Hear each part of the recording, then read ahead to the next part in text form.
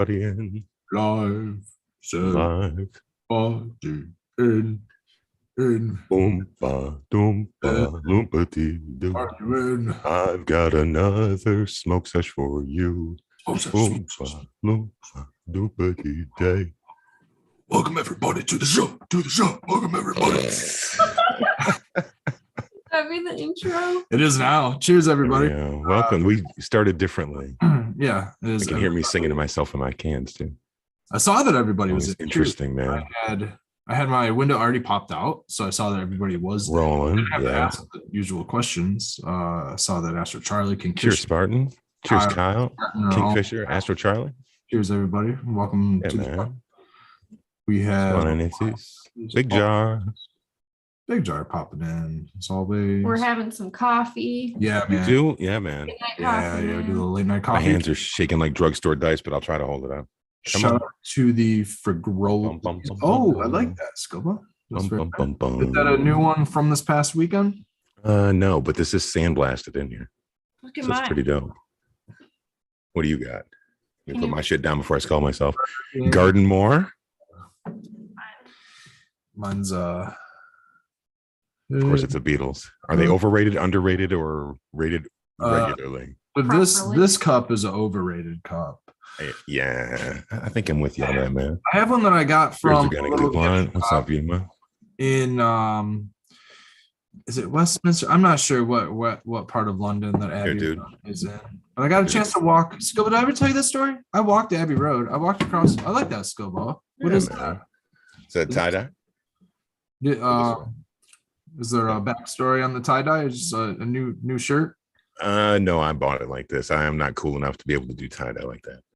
Did you just get it recently? No, I think I've had it for, I don't know, 3 or 4 months now. I've worn it on a couple of shows, dude. I try to mix it up, man. I try not to be this dude that looks like he always wears the same motherfucking clothes. But I try to. So you gotta you get these shirts from these sessions and from these events and shit. And it's like, okay, cool. These are like, approved shit. But man, I was hanging up some fucking laundry the other day and I said, God damn, I got like fucking 25, 30 of these, man. That's what ends up happening. All my shorts are all starting to fall apart because I wear them too much. Go ahead, man. Big Jar says, I know where Skilbo got that at the Lexington Art Fair. I saw that at the art fair. She had a bunch. Yes, sir. That's awesome. That's the lady, man. Now the story, because that's what I was trying to get at. Well, I was trying to slowly interlude. Is that the right word? Interlude. I think an interlude is like a song that plays in between two songs. You know what I mean? In between of the getting into what was kind of happening last week. You were at the Clio station. We have to do one more shout out before we get going. What's that? We got to see Mr. and Mrs. Frigro. Oh yeah, that's what it was. I was about to shout out the Frigro. Oh, tonight. Okay, badass. We just went and got dinner. Naturally, it's an Italian restaurant. Got a new flight over here. I got one too, but I'm showing off my line stunk. Come on, dial it in, baby. Oh, dude, give it to me. We have just been. You know what my problem is? It's trying to focus on the signs back there, the writing on those instead of this. Oh, 1 second. Is the word in that I shake so much? Look at me. I'm so stocked up. I'm good to go. We have been indulging. How many you got? You got 5? Flights. I mean, that'll last you at least a week, girl. Come on, man. These were the samplers. So we had some of their stuff. We had some of their stuff at our booth. Cheers, girl. Last week. So I have to leave you alone. They usually throw away their sample jars, but I was like, fuck that. I'm smoking it. Yeah. I don't care if people's noses have been in it all day. Well, it was like I said, I still have this actual Red Setter Farm jar, and I still have one little nug in there. I still probably got half an ounce of the other shit, but dude, man, I just gotta say, Rainbow Driver for breakfast is like perfect. It's so nice, man. One of my favorite fruity flavored cannabises. Like it's just like the flavor gassy dank. You guys are reminding me I need to roll something up, and it should be Rainbow Driver. I haven't put any of that in lungs in a couple of days. I've been really just back. Citric's back in stock, man. So I just back Citric mode. Do you find that you smoke more of that though? It's definitely my head stash. Yeah. I don't know if it's the haze. I don't know if it's the what is the cross on that anyway? Lemon lime and Lime Skunk, or no, I'm No. sorry, Lime Valley OG and Lime Skunk. Sun Valley. Lime Skunk Orange OG, Valley. Orange Valley OG. Some kind of OG, right? Orange Valley OG and Lime Skunk. Yeah, Where'd you Lime get the Skunk, incense going, man? female. It's a good little Nag Champa burning. Everybody, Hey, man. actually, you know what I'm gonna do first before I hit that is I made these smudges a couple weeks ago. Right. I'm gonna show off my So- ghetto college student contraption here. I'll fire up this bad boy. What's going on with the smudge is there's There we go. male cannabis flowers, sage, lavender, Reg, remember these kind? rosemary. What you got? Oh yeah, the book clip. Where you get like the binder clip, and that's holding the incense in, and then you have the like bottle that has the hole in the Oh, bottom. yeah, it comes out the So bottom. it's- Yeah, so it's Great. puffing it out and burns the whole stick. It's very college dorm room, but it's getting the job done. Creates the pond of smoke. You ever see Yeah. those ones that kind of just create the little Cheers, preset pool of native. smoke? It just kind of chills there. We've got a little issue with our torch, so I'm gonna have to attempt to. Here You gonna comes mute up for a second? Hey, there's a DOG sighting. What's the up, old timer? I Yeah. see you. He can't hear me, but you going know. back in. His hearing's been slightly decent the last few days. I don't know if you got What are you talking about? Cheers, yeah, Jamie. he like heard me. He was downstairs. He was barking. I was like, "Hey, stop it!" And he like looked up. He was like, "Ooh, is there something?" I feel vibrations. Yeah, Say exactly. so. Yeah, yeah. Good vibrations, Yeah. man. Are you a Beach Boys fan? Old stuff, Pet Sounds and shit. A couple years ago, I went and saw Brian Wilson do Pet Sounds at the Fox Theater. I love the Beach Boys, and that was a fantastic show.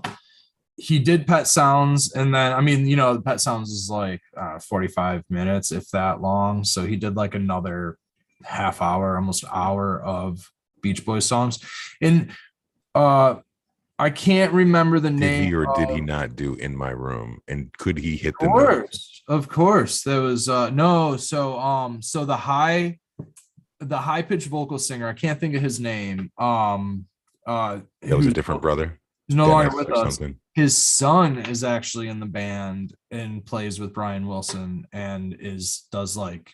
He sounds Does just like his that. He dad's sounds bit, right? just Okay. fucking like it. Yeah, he does the dad's bit, dude. He does sound just. Fucking Did like you ever watch that? good. They did like a biography probably over 20 years ago on ABC about the Beach Boys, and they showed what a fucking horrible home life and shit they had and how bad their dad was and shit. I couldn't Like, imagine. oh, okay, I guess I can understand now. You know, people just think dude wigged out. Okay, what are you holding up? Some Dank Man Dan. I see that logo. Yeah, dude. Point Shout out around. to you and Dan. Gotta shout that out too. Cheers, yeah, Edward. Spartan, my torch isn't working, so I have to use a lighter. No. Are we doing chillums? The lighter, the igniter The on the torch is sparker. busted, Oh, okay. so we have to. This is some Gorilla light up the Glue. lighter. Collective Mary Jane. Cheers. This is what I went for. The GG4. Good shit. And then That's one of my favorite This terpene is- profiles. Midwest sweet and sour. Ooh. And what are you getting off of that? Are you That- getting any kind of sours off of that, or is it just Yeah, really it fruity and tastes- smooth? No, it tastes so good. I'm a big fan of it. Red's trying to purify us, man, out here in Nice. A little whiff. live stream land. Sage really comes out. The male cannabis part was I'm actually, because I'm taking some bottoms off some females, I'm gonna make some more with some female cannabis flowers too. It really gives it a nice. I mean, dude, you only It's a need nice bouquet, right? one little branch of sage for the sage to light up. You don't need that much sage. No, that shit's really, really fucking strong. And if you have pets and stuff, you got to be careful if you'll smoke the fucking whole house out on them. Yeah, totally. Let me think. We brought these to Big. Sorry, we will have these at Big Cloud in 2 weeks. I guess we'll drop a little selfless promotion real fast. We It's will. your show. You can promote whatever the fuck you want here, man. We just did a double header this past. Actually, kind of a triple header. Let's see here, Skilbo. Let's talk about Clio because we were not Okay. there. I know that. So I got some cool there stories from with Clio. some of man. our product, which was cool. So Yeah. I would say it would be one of our. We didn't actually go there, but our product made its way there. So there's a little bit of work involved with that. So we'll say it's a triple header.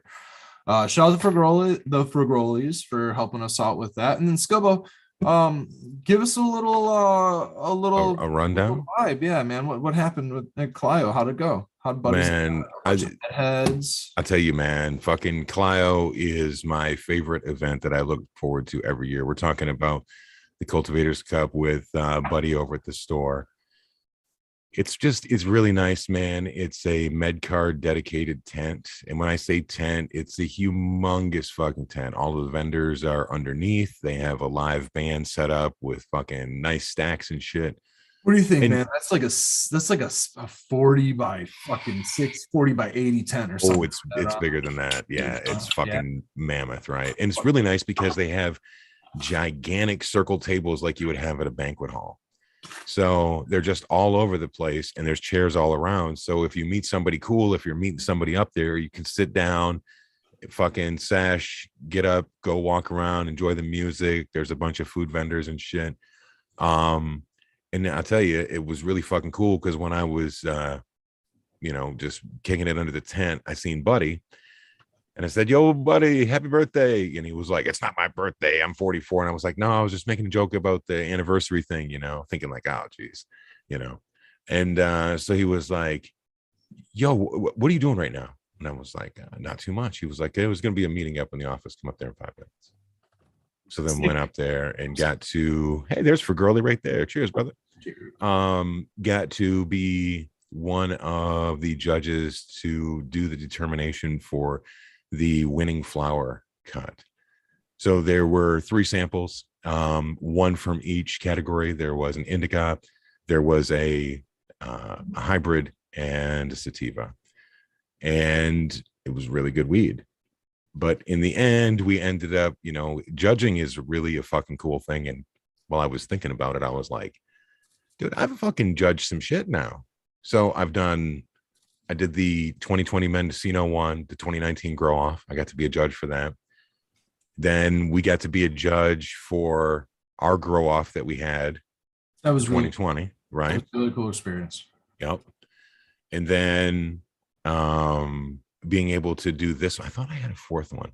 I probably did, and I can't remember what the fuck it is. Anyway, it was a really good experience. And then it was nice because I got to hang out with Old Man Hermit Hash. He came through. Shout out to Winewood. They had entered into the concentrates category. Was nice to see him. And then Shredder. And let's see, I also met Noah the Dabber, Brent Anderson.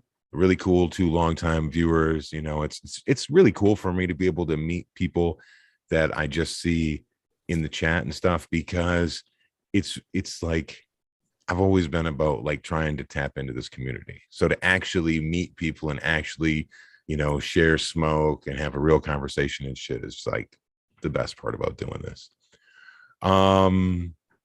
Let's see what else. I got to kick it with Eagle and Smiley. They showed up and they were really, really generous with the seeds and smoke. Big Jar was with us, which is always cool. He's, super local to me. And I really, so cool. I like Big Jar, man. He's a good dude. So is his wife. We were talking beforehand. He was bummed he couldn't make it out because of the distance. Cheers, Wiedner, DWC. So I'm glad he got a chance, because I got to see him at Gems and Genetics. So I'm glad he got a chance to come out and catch up with the rest of you guys. And for girlies, they gave me a humongous fucking sack of samples of things. So I definitely will be using the old nectar collector for my dab times.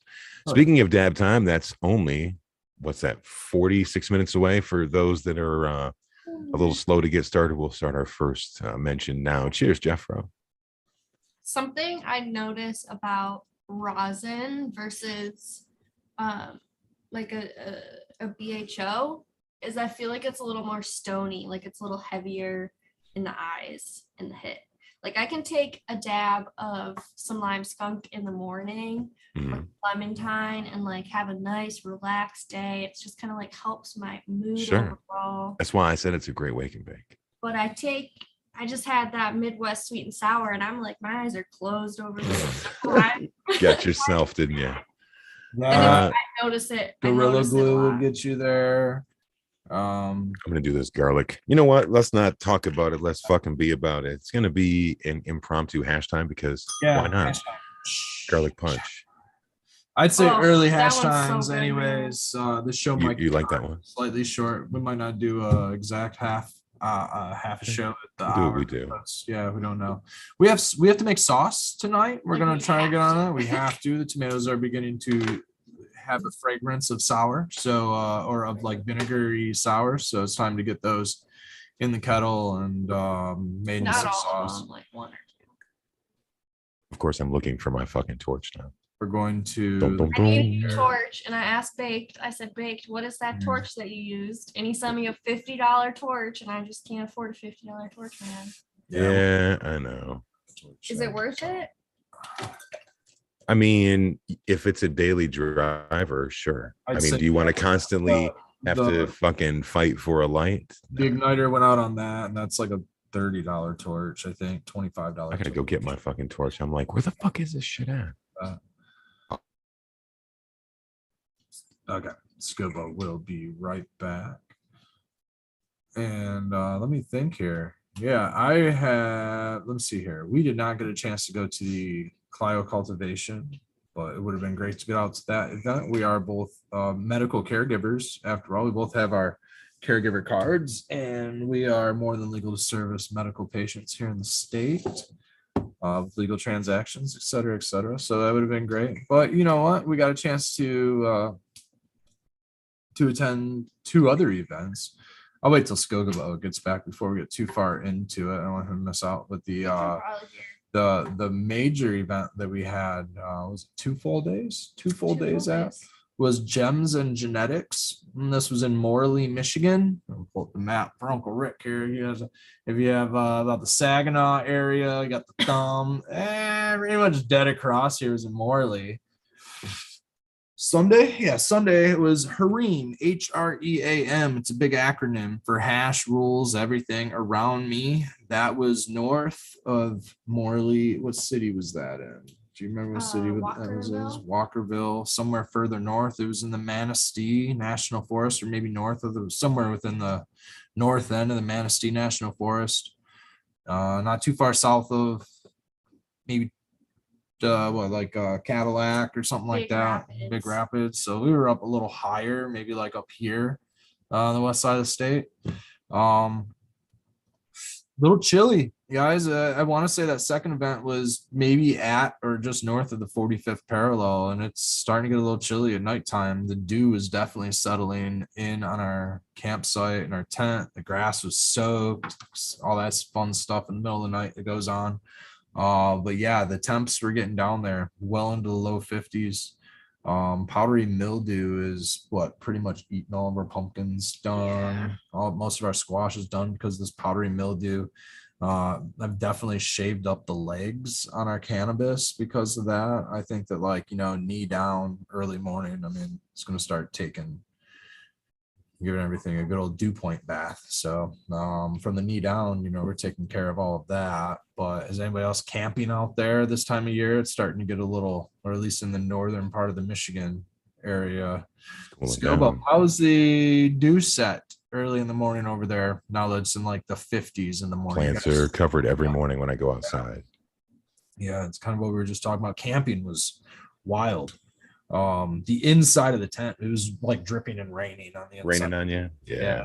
I need to set up an exhaust fan or something. And have to cut a hole in this fucking tent and put in an Everybody's getting an extra 4-inch, right? Yeah, exactly. You got that Jackery, man. I bet that Jackery run a 4-inch for a few minutes.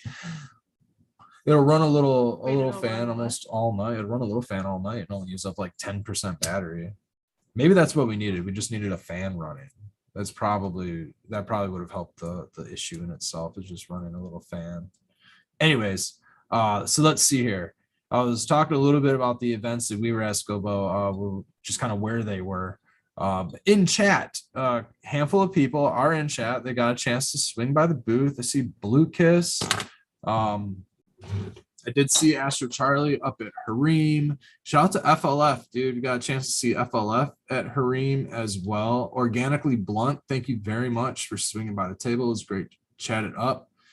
JMB, thank you very much for all the family love. Thank you very much for swinging by the booth. I caught that. really appreciate Damn it. everybody's support, man. Everybody who came through, everybody who has just showing us some love in one way or another. We're definitely out here to spread it. We're out here to spread the love and just show up, show out, and just share some positivity and some information. We had a lot of people come up, surround us with inexperience, if you will, to cannabis, etc. They had some questions, man. I'm grateful to be able to answer questions, talk about the plant, talk about the medicine. We had, what you got, Skilbo?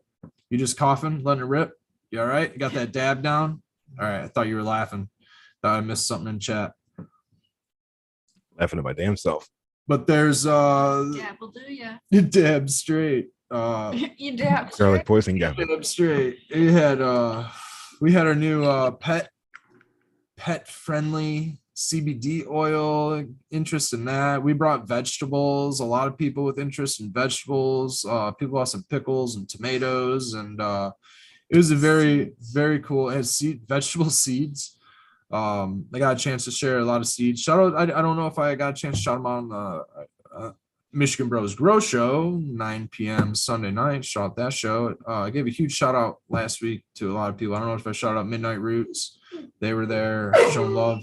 Actually, they were posted up right next to us. So it was kind of cool. We got to bullshit with them most of the weekend. And I'm going to have to look it up, the cacti supplier. I have to go get these cacti tonight since, of course. I just followed him. Becca will look them up. This maybe we should have this topic at a different time because it's going to go off topic. Hey, fuck tonight's topic. It wasn't. Do whatever you want, man. Dude, this guy is. I didn't even know there was a topic for this show yet, just to be honest. I was going to talk about Rust. Yeah, we were going to talk about Rust. Oh, really? in a long sort of way. Dude, this guy's, I'm sure there's a whole lot of information about this stuff, but it's basic grafting. He's really changing the game with I'm going to butcher this name and I apologize. Lupophoria cacti, small button cacti, mescaline containing cacti. Lots of controversy surrounding this cacti through the Native American Church and those that are trying to legalize this cacti. This cacti is also known as peyote. This cacti takes upwards of decades to reach a size that's like this big, which would be like a harvestable fruit plant or whatever. And most people, when they're hunting these, they do so in a way that destroys the propagation, and they pick the root and they pick the whole thing out of the ground, and it's devastating for the plant. It doesn't come back. Proper way, just to get this out there, is to cut the cacti so that it comes back. There's only one part of the. Go ahead, man. What you got? I was going to say, Mescalito must be respected.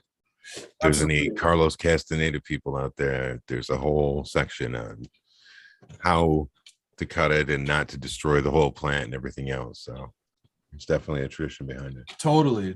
And not destroy the root. Because it takes a very long time to get to that size. And there's only a very small section in the world where it grows native, and that's on the border between the United States and Mexico.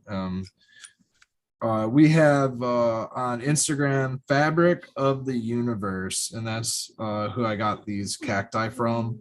And he has all kinds of graphs of like I'm gonna accidentally butcher this, I apologize. Wachuma, I believe is how to say it, but that would be the San Pedro, this San Pedro cacti, the faster growing mescaline containing cacti that more resembles from the cross section like a 5 to 7 point star.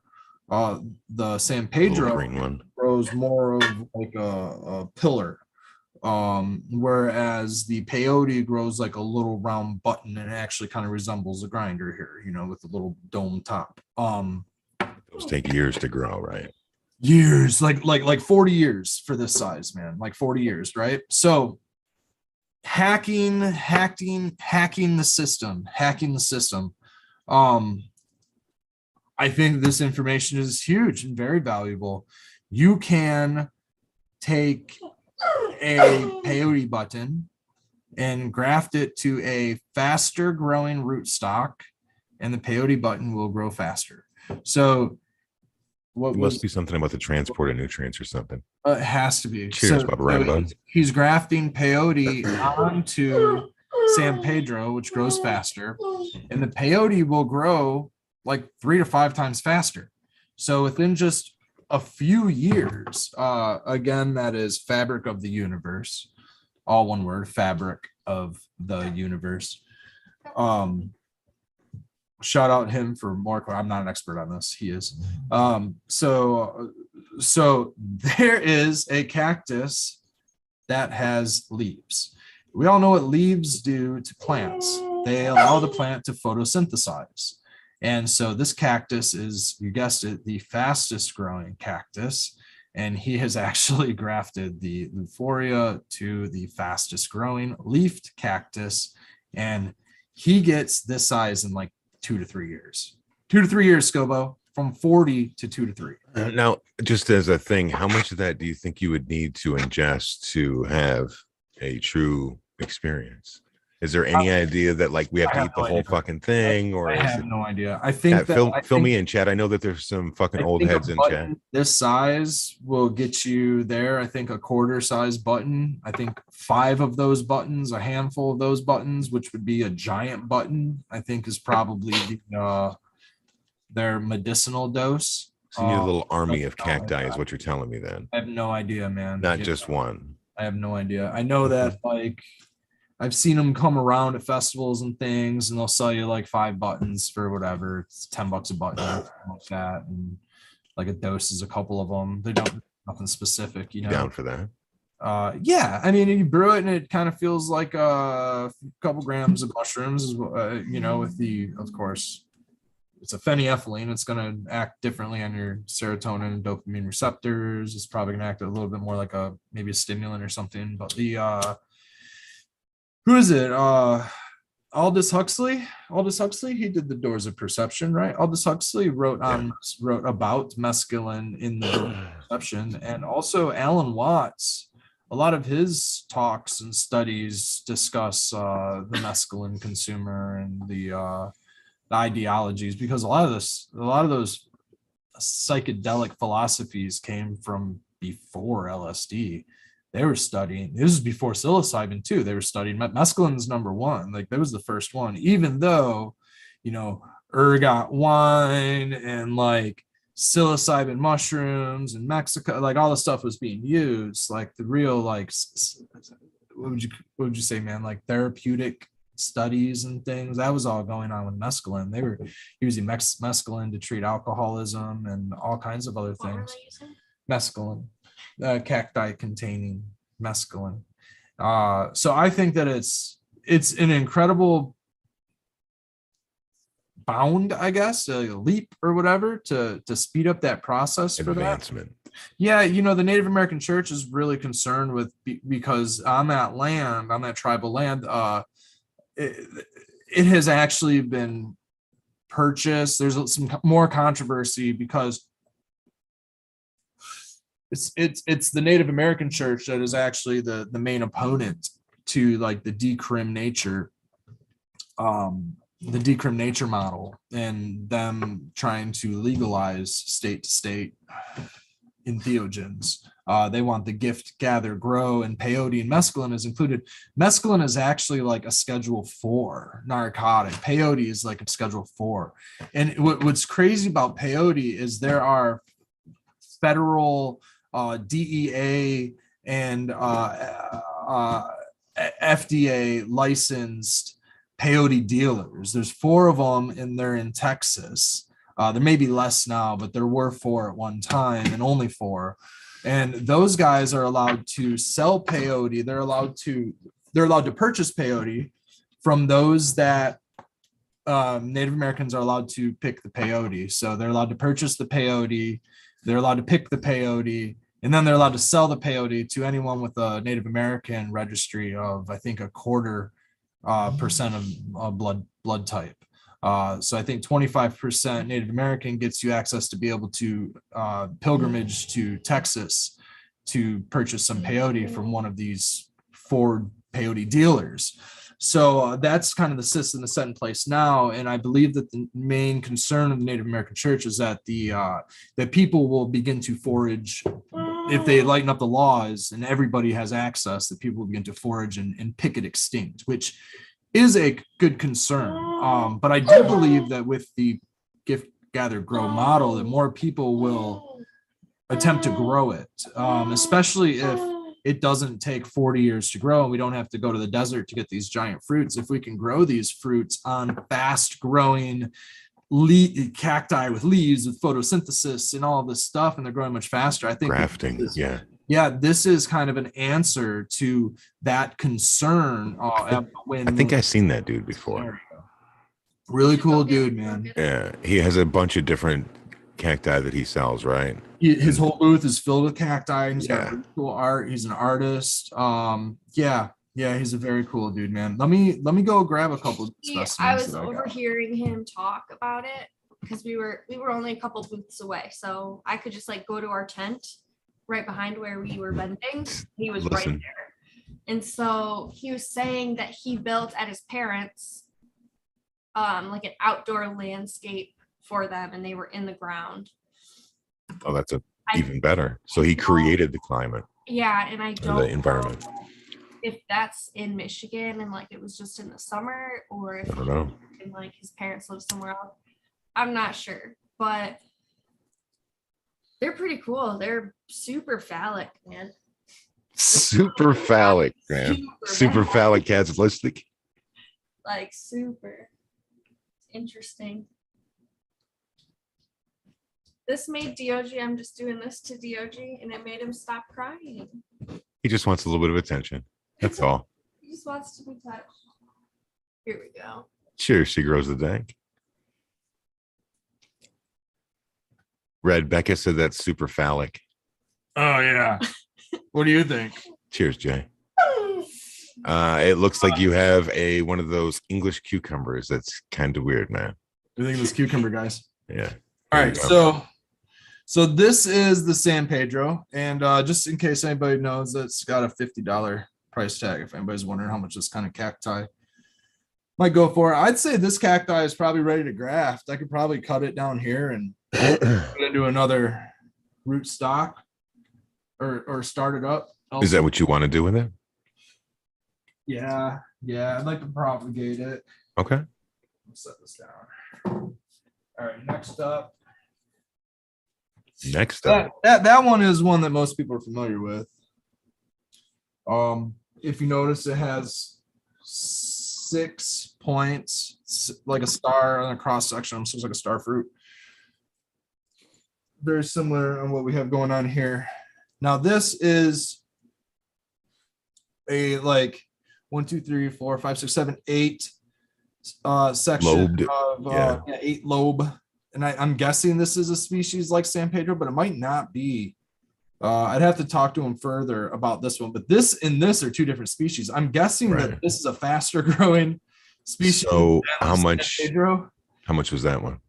I'm unsure. A trade. Okay. Of probably maybe like this one's got more than the first one. Yeah, more than the first one because it's got the Flora, so it might have been at least 50 or 70 or something like that. Right. Now. Cheers. Anything? Notice the button head there.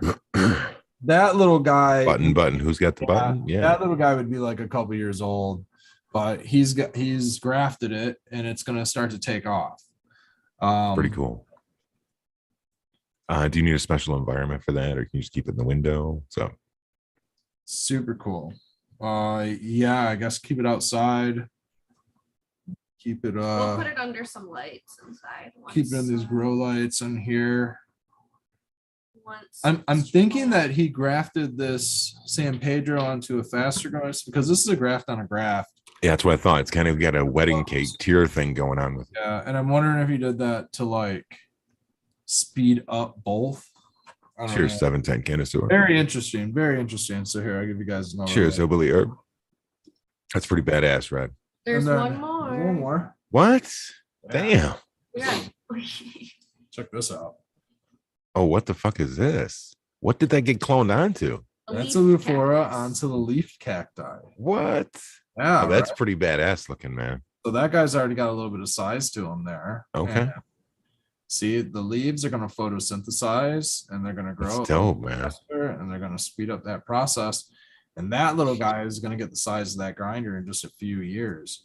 And what it'll do is it'll start popping pups also. And then you take those pups, the pups actually, they like around the That's what around the you would perimeter, graft. and then you would take those pups off and graft them onto, or just put them on soil and let them root. But if you do that, they're that goes going slower. to go very slow. So I think we're gonna like root some, right? And let like play the patience game, you know, and have. I mean, why not? You guys already cultivate so many other different things. This is just one more thing, but it has a payoff in the long run. Totally does. It's gonna be one of those patience. Patience, grasshoppers, patience. I want to make like a desert landscape and have my bearded dragon live in it too, with all these different cacti. Because I got so many cacti, succulents, man. They could all live in a little ecosystem. Be so perfect. And you know, You guys have room for it. I'm not gonna cultivate this to disrespect the medicine or the nature of the medicine or anything. No, you're not trying to fucking get rich quick. And well, when I say get rich quick, I mean in 4 years. It's not the game. You know what I mean? No, none of this. The dedication to it. None of the analogs will ever get allegedly processed, right? If something like that were to mistakenly happen, it would be for our own use or consumption, and not for commercial, not for distribution. There you go. We're gonna wait until it's like huge, so we're gonna be really old. It's gonna be like our really old fun trip. By the time, well, these are on the fast growing thing, so you could have like a gourd size thing or a fucking pumpkin by the time you get around to it, if it's on something like that. Well, grafts on grafts on grafts, you know what I mean? Just keep hooking it out. We want to do one in dirt and let it slow grow like a bonsai. Maybe you know, we can wait for a new cup and then put that one in dirt and then just like wait for that one to grow. Yeah, that's we gotta find a good channel on YouTube that covers this shit. Anybody have any channels? I haven't come across anything yet. I really don't know. I'm afraid that a lot of that has may not be there, partially due to that information being maybe sacred to the church. I really don't know, man. I'm unsure. Now I would hope. I know that there's recipes, right? There's got to be recipes, and I hope that some of that comes out a little bit more informational. It would just be a standard soil recipe for cacti. Yeah. I would imagine it'd be like there's probably like a half a button per X amount of like water, you know, per cup or whatever it is, right? This size. But you know, I'm sure each button has a different potency and like. Well, and then it's going to be based upon whatever it gets grafted to. Whatever that's going to be what pulls the nutrients for it. Yeah, you know what I mean? Does it change the potency when you graft it? If it speeds up the growth, is it, you know, slowing down the production of mescaline? You know, who knows, right? I have no idea. So that would be very cool to probably talk to him about some of this stuff. I'm now just thinking about. I think it's a very cool topic, man. I was mind blown, dude, when he showed me the thing with the leaves, and I was like, leaves. You fucking hacked nature. I was totally blown away. I wouldn't have thought of that. Propagation, you know what I mean? You're just trying to do. It's really, well, I'm not going to say that it's no different then, but would be similar to how many other species that are, you know, figured out how to be grafted onto something else. Right. Yeah. Clones of something, you know, it's a lilac bush or using roses. Okay, I need help with something. I can't decide. So either you can call me Skilbo or like the first person in chat. I'll just do whichever one. See. I either want to do Mr. Clean or garlic punch. Do the garlic punch since you wanted to laugh at me when it got me coughing. Dude, the garlic punch is so tasty. It's got that primal punch in there. Yeah, man. Well, it's got that garlic is what's coming through. I'm like, whoa. I've in this one, I've been like getting so much berry from it. Very nice. I'm seeing Dankman Dan in chat, and I got to give him a shout out because I saw him at Hareem. Anything gross is do one of each, just to be sure. Oh, that's so smart. Or you could do the mixer. It's pretty cool because Fragoli had a jar that had a mixture of everything in it. And so, you know, it was like the baller jar, you know, and I was making the case for it. It's like, you know, you have 6 different strains that make up this jar. Talk about full plant medicine. Yeah. Like you're getting the most of every fucking one of these plants. That is money. Anything gross says do one of each. That's what I'm saying, bro. Same time. I do like to mix them. I did mix them up, man. Yeah. I had some clementine left in the banger, and I put some lime skunk in there and did kind of both of them. And at first, it hit that lime skunk pretty hard, but at the end of the hit, the orange came through on that brightness. Came through, man. It did. Anything gross just can't say you're all about the terps if you don't dab all of the terps. That's it. Got to dab them all. Is grape one of them? Oh, there's Noah right there. Cheers, Noah. The grape something. I got shouted you out way earlier, man. That's a good way to get the plant back, people. We've got these little wild grapes. They're smaller than a Concord. They have kind of a little sour Concord type flavor. What, in your backyard you're growing? Yeah. Well, okay. They're kind of like being grown by my neighbor, and they've just destroyed my pine tree. And they're just, you know, whatever this invasive climbing like a motherfucker, invasively climbing my pine tree all over the place. But they're hanging down, and so like rather than just taking care of the problem, I've just been like letting it go, and so they've all grown. And I have all these little tiny little, but they're fucking good, man. I'll eat like 3 or 4. I'll toss 3 or 4 in my mouth, and I'll just kind of muddle them, you know, and just spit out the skins and the seeds. If you squeeze one of these things, it just looks like you slice your hand. Like it is just deep blue, deep red, deep black on the inside of these fucking things. A total high source of, here comes Skilbo, anthocyanins. There we go. And it is those antioxidants, baby. Antioxidants, man. This is the rust. What's your impression, Becca? I see you kind of hit you in the eyes a little bit. You're like, ooh. It tastes so good. It's super sweet, but then you get that garlic in the back, I think is how it comes out. It's really good. Look at old Rippy Longstockings over there coming back for thirds on that. He won't even pass it back. Now it's dead. I know, so she hates it. I always have that. I always take on that. Can she get anything out of it? A little bit. Okay, a little bit. It's good. I always got to take 3 tastes. Good. Yeah, Chemi. It's good. Chemi. Got a little skunk to it. It's pretty nice. Like in the nose. Ooh, it's got some body too. Yeah, A fortunately. little bit of a in the nose. Yeah. Yeah. Certainly. Let's see here. A rolling more citrique. I mixed some GMO. This one's really good, man. Shout out to Astro Charlie. Astro Charlie's, yeah.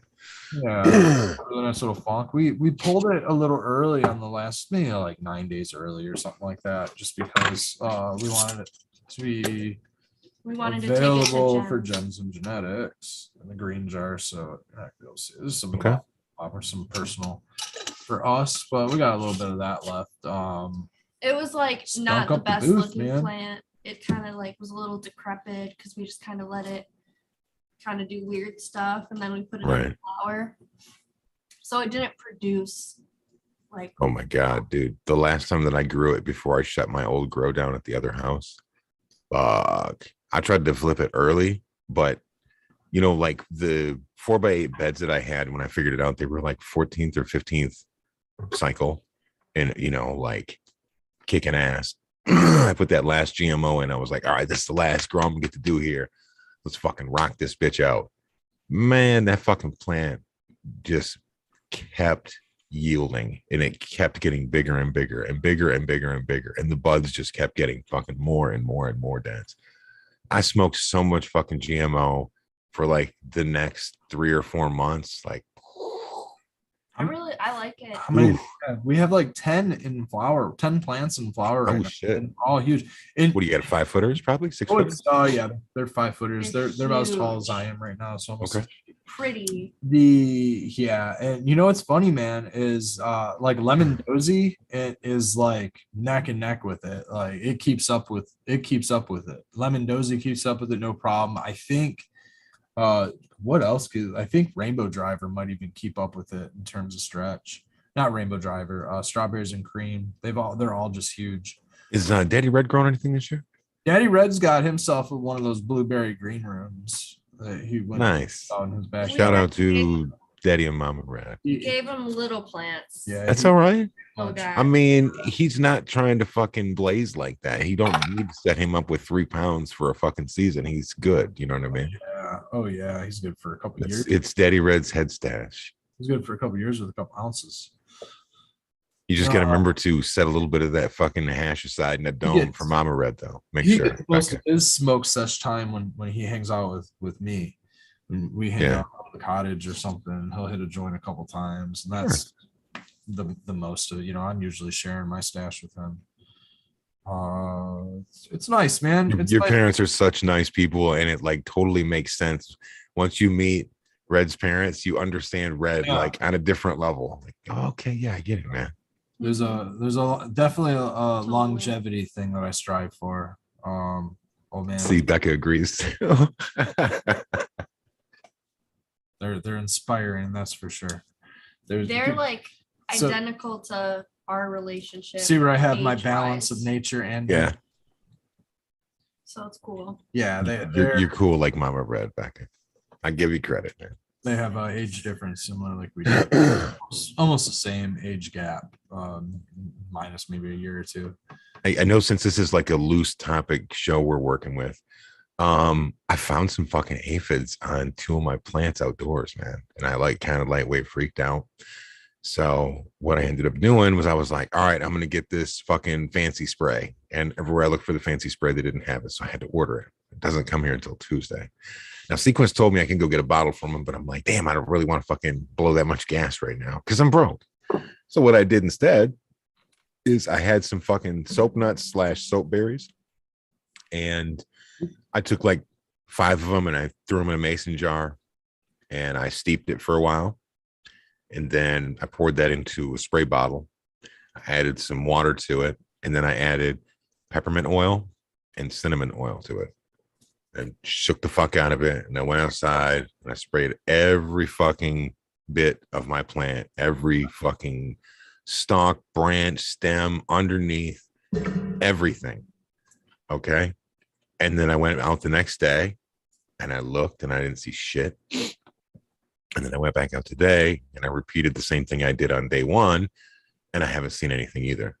But I've noticed that bugs try to stay the fuck away from your plant when they smell peppermint or cinnamon oil on it. Sure. So. Yeah. You know, I suppose you'd have to have a scenario like we do, Skilbo, where we've got a big yard and things like that. But that's kind of where the nature permaculture does come into play. Because oh my God, Red! I was outside all day today with a machete, a saw, a side-by-side, a big fucking winch, and a shovel, and I was outside ripping in fucking plants all day. Oh. And I tell you what, some of the shit is easy to get out, and then there's other shit that is like super pickery, and like sticks to every fucking thing, man. So there's like had climbed up this one pine tree, this fucking shit. And I'm just pulling and pulling and pulling. It's coming out of the tree and then it gets stuck and I'm pulling and I'm pulling. Then finally this motherfucker snaps and puts me on my ass. You know, my neighbor's outside talking to me. And I was like, oh, don't worry, I'm on my property. It's not gonna be against your homeowner's insurance if I do fall, man. It'll be all right. Let's see. Hillbilly says, really interesting. I've been sitting on a jar of soap nuts for a while. I haven't figured out how to use them yet. So yeah, it tells you there's a recipe for it and I can't remember what it is. But you can get like an old shitty pot and throw some water in it and then put 4 or 5 soap nuts in there and you'll see that it changes color. It'll start to darken and amber out. And then when you make that, you can keep it for like a week, but it will start to smell super funky, man. Super funky after a while. Not that it really matters. You could probably still get away with using it. I know I have in the past. That's probably not cool to say, but it just makes your grow room really fucking stink. The other shit doesn't it doesn't stink. And like I said, the plants looked fantastic. Even I went out and took a video after 45 minutes just to see, and all my leaves are like super praying and happy, and there's nothing going on with it right now. Doesn't mean that I'm not going to use this. What the fuck did I get? I think it's called Organoshield. I think that's what Spartan and what was it? Porch Farmer was telling me about that one. I think Sequence. So got to go with the pros who know. This is where I will give my no spray permaculture PSA. There you go. I've got some of the mint rather than a mint oil, just mint. There's a little section of mint that's growing. There's a couple sections of mint that are growing. We try to incorporate rosemary because, you know, there's in thyme oil is a THYME, not TIME. THYME. Thyme. Gotcha. The herb will produce a great oil that's a repellent, if not something that I have thyme oil too. Benefit, yeah. And then rosemary oil, one of the two, I think it's the rosemary, contains pyrethrins. And we all know that there's a product called pyrethrin. Well, some of us know that there's a product called pyrethrin. We may not all know that. Insecticide. And there, some are listed pyrethrins that are organic. These are extracts, but they might not necessarily be the best for spraying flowers. Is neem oil pyrethrin? Neem oil is not pyrethrin. Okay. But neem oil is something else. Works along some weird lines. Work with caution. Yeah. Definitely don't use neem oil on flowers. It doesn't come off easily. But another repellent nonetheless. Something that's going to work. Now, in our scenario outside, we have not sprayed anything at all this season. Last season. Have you had a lot of wasps around your area cleaning shit up? Tons, we got these like big black wasps. Yeah. Dude, I'm a butterfly fucking haven where I'm at right now. Butterflies, moths, just like crazy everywhere. Those as well. They have lots of those. You know, we have a huge brassica bed. We have a 4 by 8 foot. What do those draw? Those are drawing aphids. I've actually been. They banker plants for aphids and they keep them over there instead of on your plants. Yep. That's what I was wondering if I have, because I have so much fucking shit in my yard, dude. Like it's not even fucking describable.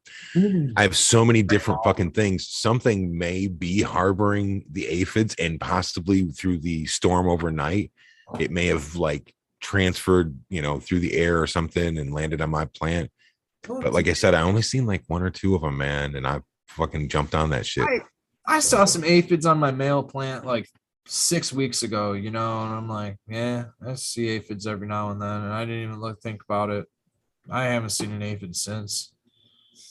Yeah, that other shit probably killed it all off. You know what I mean? Yeah, the wasps and stuff. Lots of bees. Yeah. Lots of pollinators eating all that. You got to put as a Duractin. Thank you, Aldrich. Cheers, brother. As a Duractin, that's what neem oil is. Thyme oil is as Duractin. Okay. Yeah. That's in the Mammoth Troll or Cantrol by Mammoth. We use that under succulents and on our indoor ornamentals and things like that.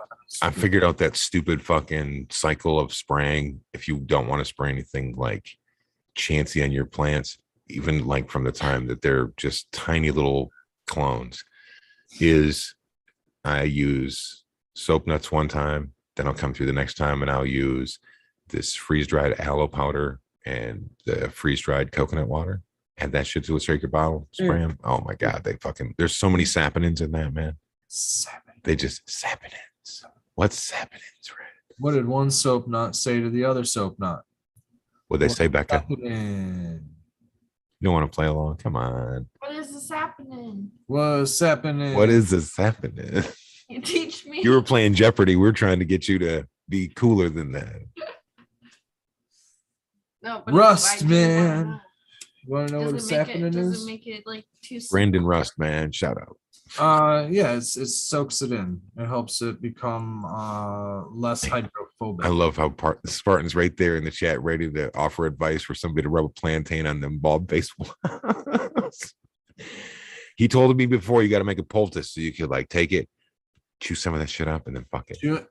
Apply it to the spot, man. I'm back there book-footing it, man, and I got a bunch of pears everywhere. Oh, okay. Here's what I've been doing lately. So I can't reach the pears that are dangling in my yard anymore.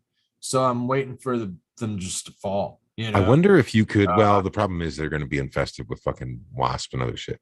What if you got one of those up off the ground, man? I go out there. There's like every day there's a few new ones, and you're right, they're infested with wasps, but usually just on one side. So you know that's that first bite is crucial, man. Where you choose is important. So I figured to grab it with my machete rather than reaching down and grabbing the wasp infested fucking fruit. I just hit it with my machete. They fly away. I bring that fucker back up. Do you have some fancy machete or just like a workhorse, man? Like half of it's been a little eaten up, but the other half's great. No bugs. What kind of machete you got, Red?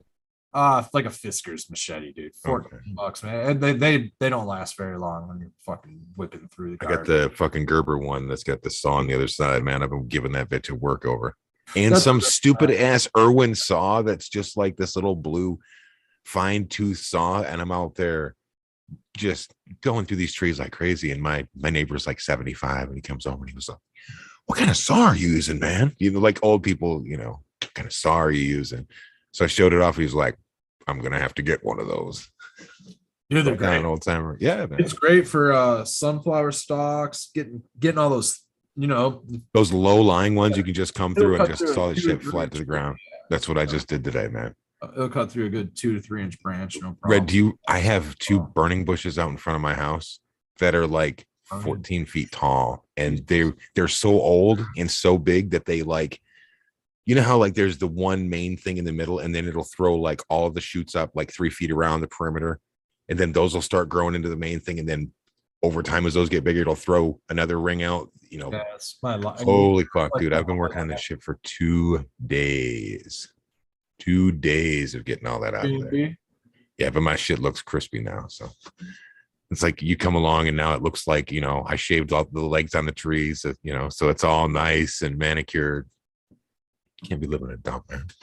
No, you gotta let like I was talking about in the very beginning. I think you stepped away. I was talking about cleaning up the legs and stuff, man. It's so cold right now, and the humidity and the dew settles, and you walk out, get those bottoms off early morning, and it's, you know, where that fog is, it's within the first, you know, 2 feet. Well, I'm using those tomato cages, right? But I do have a couple of plants that are definitely probably 2 and 3 feet above it. I'm dealing with that. But what I'm doing is when I go out and water, I'm just using hose water, man. Sure.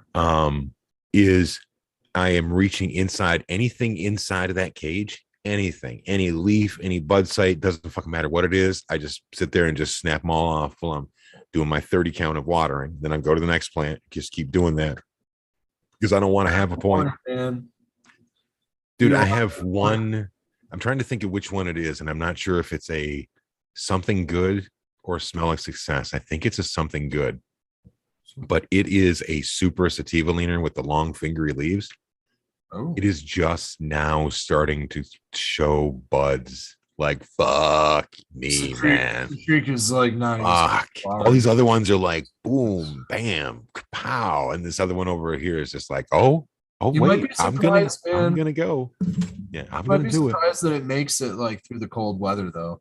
I've been very surprised by those sativa leaners. They're like they go longer, but it's like it's almost like the Afghans. It's nice because it's small enough that if it was an issue, I could literally throw it in the wagon and take it in the garage overnight, and then just fucking roll the wagon back out the next morning and let it get its sunshine. You know what I mean? When the frost is off, if that became an issue, but we'll see. I mean, I'm at the point now where I've got 3 autos. They're all little runtitos, right? Because I started them outside and they just, you know, they're all nice. Like I've got one that's got buds not that big around. It's just one master fucking bud. Just goes all the way up. That's nose candy. That's smelling great. And it just keeps getting bigger and bigger and bigger. So I'm just removing all the little leaves and shit and making sure there's no bugs or anything that's like hanging out in my shit. But I should be able to pull that down pretty soon. And everything else is taken off nicely. I'm super happy, man. I just want to be able to harvest like a couple of photo periods would be cool. I don't expect to harvest everything, but shit, out of the ones that are out there, there's not one that I'm like, boy, I hope this one doesn't make it. I'm like, bring it on, man. All right, we got to hit this topic. We're getting seeds, man. They're all getting seeds outside this year for us. Hey, man. Cool crosses. Oh yeah, our crop. Yeah, we're getting all this seeds. So there could be a citrique cross. Yeah, there's some big citrique females. Hell yeah. They're huge. Hey, I have no problems helping you shuck shit and then just kind of sweeping up a little pile. Just take this fucked up ass citrique boat. Oh yeah, hunt it, man. Yeah. I want to know what it's gonna do. There's a sativa in there. I'm bringing back sativa, like the sativa that had CBD in it and stuff. Like, Yeah. Bringing back sativa. Yeah, remember Sativa. Yeah. I'm bringing back sativa. Yeah, that old shit. That old shit, man. Bring it back. Yeah, man. Star out there. I got Flow out there. Well, I mean, that's why haze has been there. popular for so long, is because it was one of the only, well, I'm not going to say one of the only, but it was one of the main sativa leaners that kind of survived the leaner days. Oh, it's like, well, let's smoke some haze, man. It's basically a haze leaner. It's a short little fat haze, Well, if it's short, you hope that it's an indoor. I'm flowering sorry, time. Outdoor. It's fucking huge and massive and Okay. god awful. Outdoor, it's like the biggest, most it's robust. That and the Gorilla Breath. Is the Gorilla Breath the star of the outdoor? It's definitely the biggest. It's the biggest plant, and it's actually All right. Let me ask least amount of light. Becca, what's the Corner away from light. which one? Probably like the 10-foot male. What's that? What was that question? Which plant out there is like the showstopper for the garden? Oh, I like that. I like the citrique also. They're just huge, and I like to see them outside like that. Inside they're like these bonsai looking things. Like they're smaller, but they've got really dense nugs. Yeah, the citrique don't grow very big indoors. Did you throw a rainbow outside? Yeah, there's a rainbow out there. There's going to be rainbow CBD. Yeah. Dude, that could be. I know. Sweet.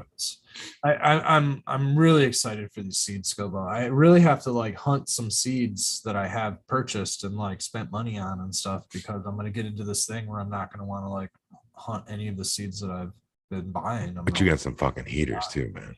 We're gonna test some stuff here. Yeah, I got I'm definitely gonna want to like I'm gonna want to make a new mail out of what's out there right now. So I'm gonna figure that stuff out before next year. And, right. Or just work indoors. Who knows? I mean, with everything, letting the market and everything work out, who knows if we need to like cut supply, and like we are running 2 rooms. I mean, we could like breed in one of them, Sure. stuff and you've proven your mettle with as far as making and building rooms. I would love to see a Red Setter Farm grow chamber, man. A breed room would be really cool. Yeah. I mean, the best ones that I've still seen, I still give credit. I mean, everybody's done it, but the first person I seen do it was Vader OG.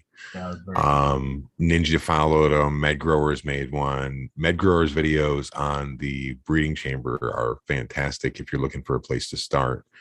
I just really like the way that they use like the HEPA filter, and they're very, very careful about, cross contamination, and this is really cool.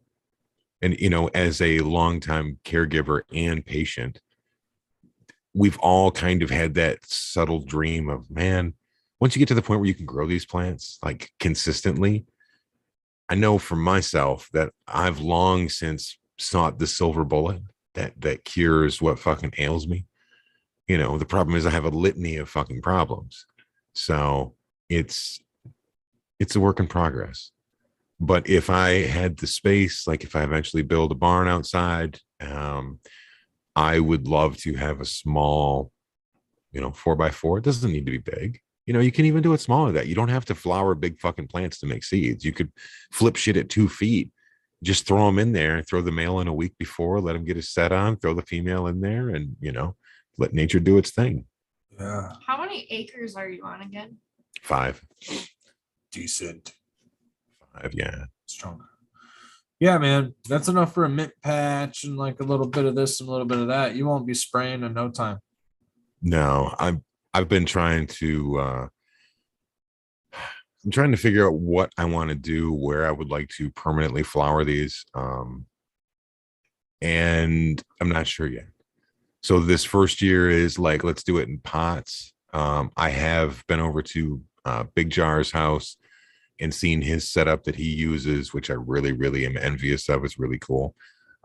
He built these large planter boxes in his yard, and just keeps using the same soil, keeps re-amending it. It was funny. We were sitting at the table talking, and he was telling me about this hookup on this horse manure that this lady that lives by me has. He's like, "Oh, you just got to go over there, man."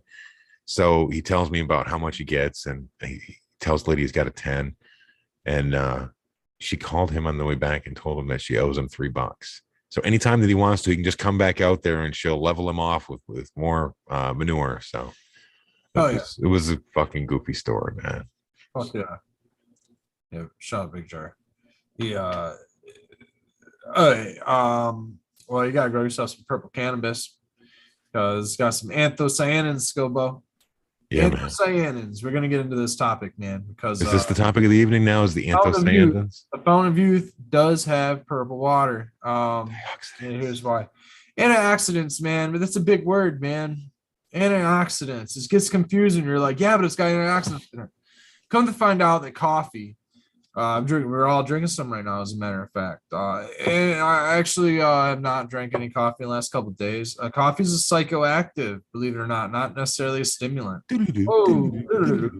Coffee is psychoactive. Did we talk about that a couple weeks ago? That gets so embarrassed for me right now.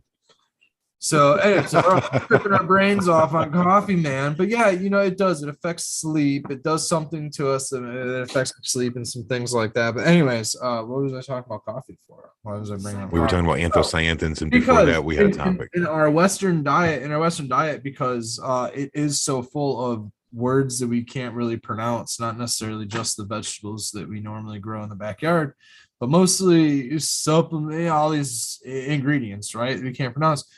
We don't get a lot of antioxidants, which naturally occur in a lot of fruit and vegetables and even some meats and things. We get them mostly in coffee. Our Western diet contains the majority of our antioxidants in coffee. I did not know that. And so that's where coffee is good for a majority of people, is because of the antioxidant help.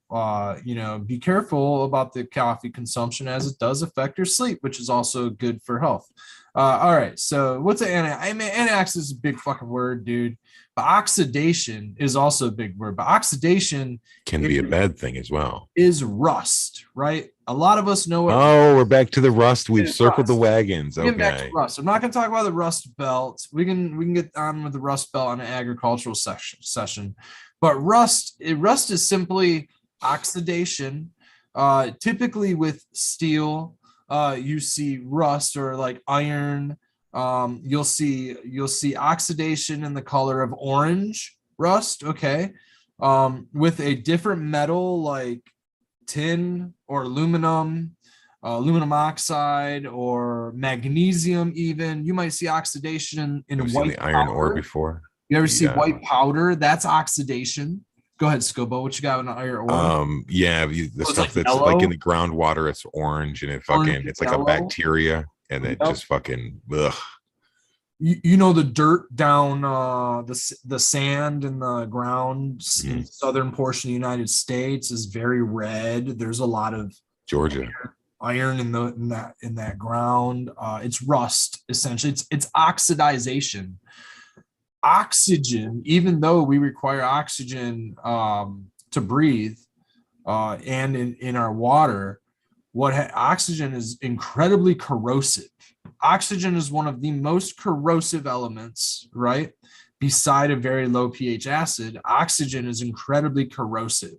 Oxygen, that's why cannabis is destroyed by oxygen. Oxygen is one of the things we keep cannabis away from. Oxidizes, yeah. Oxidizes. Oxygen is one of the things we keep our friendly drugs away from, such as LSD and mescaline and all. Speaking of that, I've had some 2-year fucking bud, some Keweenaw copper. Shout out to Silver Squirrel Farms for that. I still have a jar of that is, I just looked at it and it's from March of 20. And you sealed it up nicely, huh? Sealed it up because nicely. I vacuum sealed it, man. I vacuum sealed the jar itself. It didn't oxidize. Nope. And what happens, Skilbo, is oxidization not only happens outside of our bodies, but it happens inside of our bodies. We drink water. Water contains oxygen. We just go through the elements of the day. We inhale oxygen. We might be exposed. Kind of need that shit, bro. You need it. But the problem is that it is also corrosive, right? So you also need antioxidants. That's where antioxidants come into play, because you do need oxygen, but it's corrosive. And we are also exposed to other harmful things. Like, for example, when we're exposed to maybe some of the carcinogens in our smoking the toke, right? We're going to oxidize our lungs. We are getting the benefits of the cannabis, but we're also getting oxidization. We're getting a little bit of rust in there. You know what I mean? There's some rust. So believe it or not, by drinking some coffee or eating them dirty grapes outside, dirty grapes, those pesticide grapes, man. Some purple water. Get yourself some. Make some hash. Are you talking about lean red? Is that what you're talking about when you talk about that No, purple drink? Okay. Purple drink. The purple hash water. Okay. You could use your purple hash water. You I got you back. Somebody's saying radishes. Becca's talking about radish pods. Okay, so these beautiful purple carrots that we got, man, stained our entire dinner. No, it's like having beet juice and everything. It was just beet juice, but beets, and then very high in anthocyanins. A lot of times what you see in these purple and red pigments in nature is high antioxidants. It's almost like a correlation of the higher the antioxidant level in a fruit or a plant or something. Dirty grapes. Dirty grapes. Take your filthy mitts off me, you stinking grapes. Grapes. They're just so sour. They're sour. You gotta spit this. Are you gonna make some hooch out of it? Spartan tried some dirty grapes. I've been thinking about it, man. I really have. There's enough. Make some Mad Dog and shit. Really get that rolling. Or are you gonna go for more of the Boone's Farm style? At least keep it bougie. At least something maybe for like a KNF or something. I don't know. I've been really thinking about taking some of them grapes and fermenting some of them, making some backyard wine. Make your own vinegar, man. We're being very resourceful. So vinegar would be great too. We need that. We could make anything with that. Use it for fly traps, even shit. We've been very resourceful. Made the pickles. We're about to do some sauce, and then. Did you get the pickle recipe down now? Everything is good with them. Are you still fucking with it? I haven't tried the recipe where I halved the salt. I'm still letting that one age a little bit. Toilet tank wine. Until I get to it, but we'll see. I think I'm gonna go with the original recipe. I kind of like that salt level after it's 2 weeks old. I wonder how it'll be next season. Oh my gosh, dude. I'm super excited. And where are you gonna store all this shit? Jesus Christ, you guys fucking keeping the ball jar company in business. That's the next kind of thing. We need to actually clean out the garage and get some. So here's the thing, man. We talked to this kind of goes along the side of hash making and stuff like that. Shout out to a cool company that's being used in the homesteading community very highly, because people are building out little small, like 8x8 and 10x10 walk-in refrigerators and using home air, like window air conditioners, very small units. And they're overriding them. I was going to say, how are they getting them that low down to like 34? Overriding it with a little unit that you plug it into called a CoolBot. COOL. Oh, I know what those are. Yeah. CoolBot. Yeah. So you plug your thing into a CoolBot, and I'm sure that hash makers know what they are and that they're using cannabis, but I just found out about these things within the last 6 months or so. So that'll probably be one of those things on the list to be able to hook up just a window. One thing for that is to insulate, Yes. man,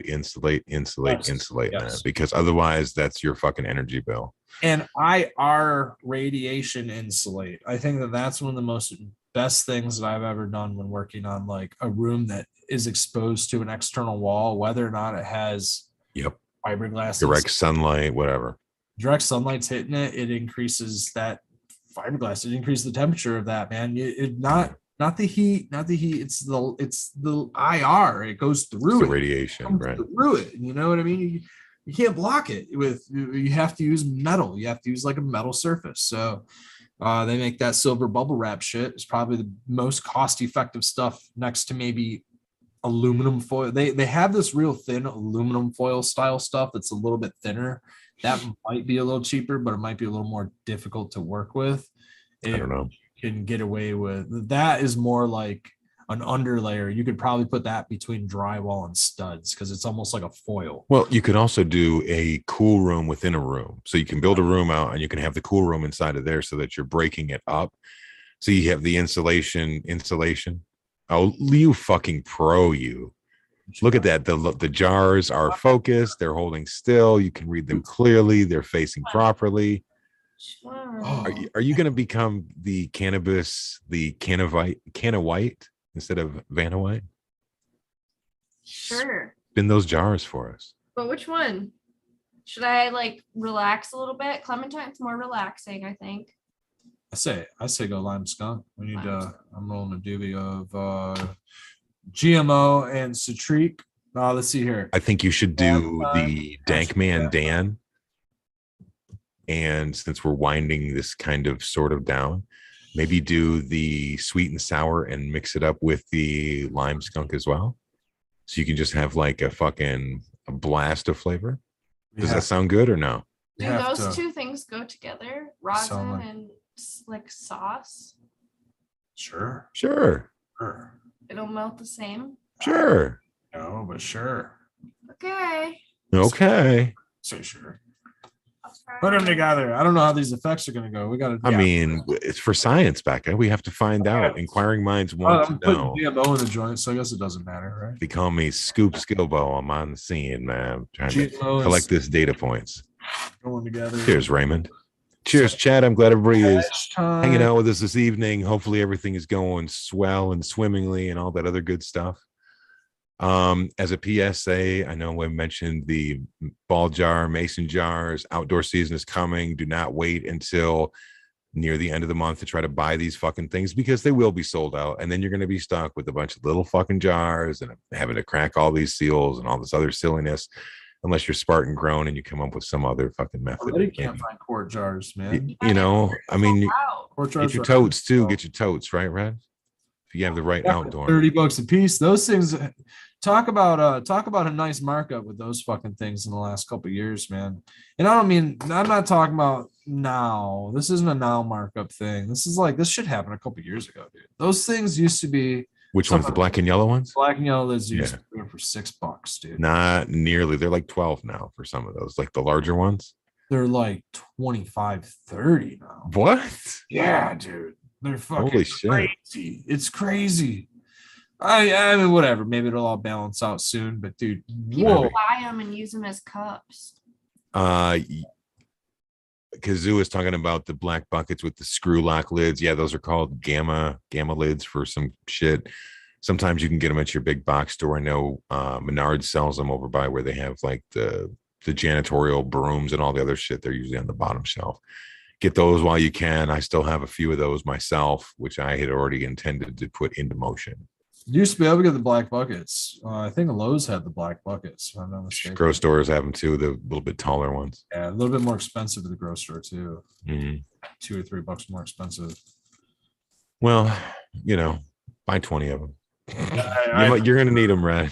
I'd prefer not to support the box store. Also, I'd honestly rather support the grocery. You're right, actually. As a matter of fact, support your fucking grocery store, or else they're all going to go out of business.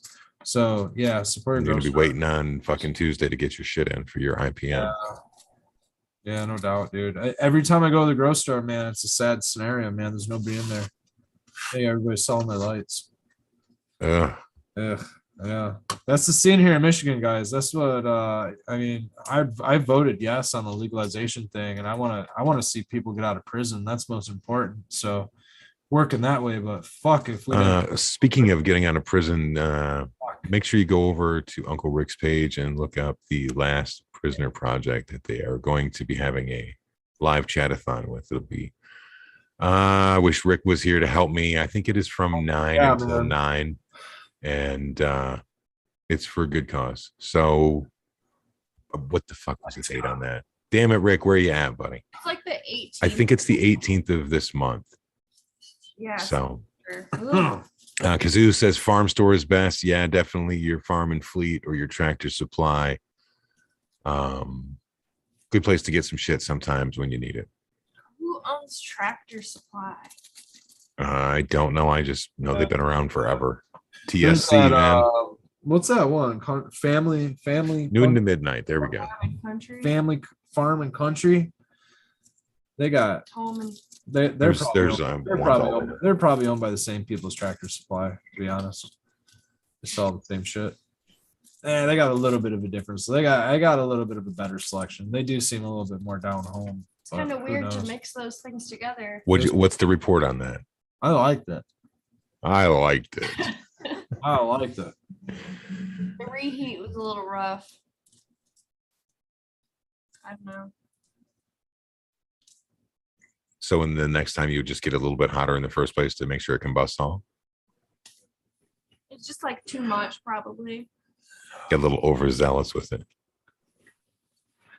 All So right. hard to tell. We're preaching good gut health here. We got to preach. Have you had your probiotic today, Red? Becca? Yeah, I did actually. I had a couple Okay. homemade pickles, homemade probiotics. Dude, I learned a really interesting recipe about how to make. Oh, salsa. Red.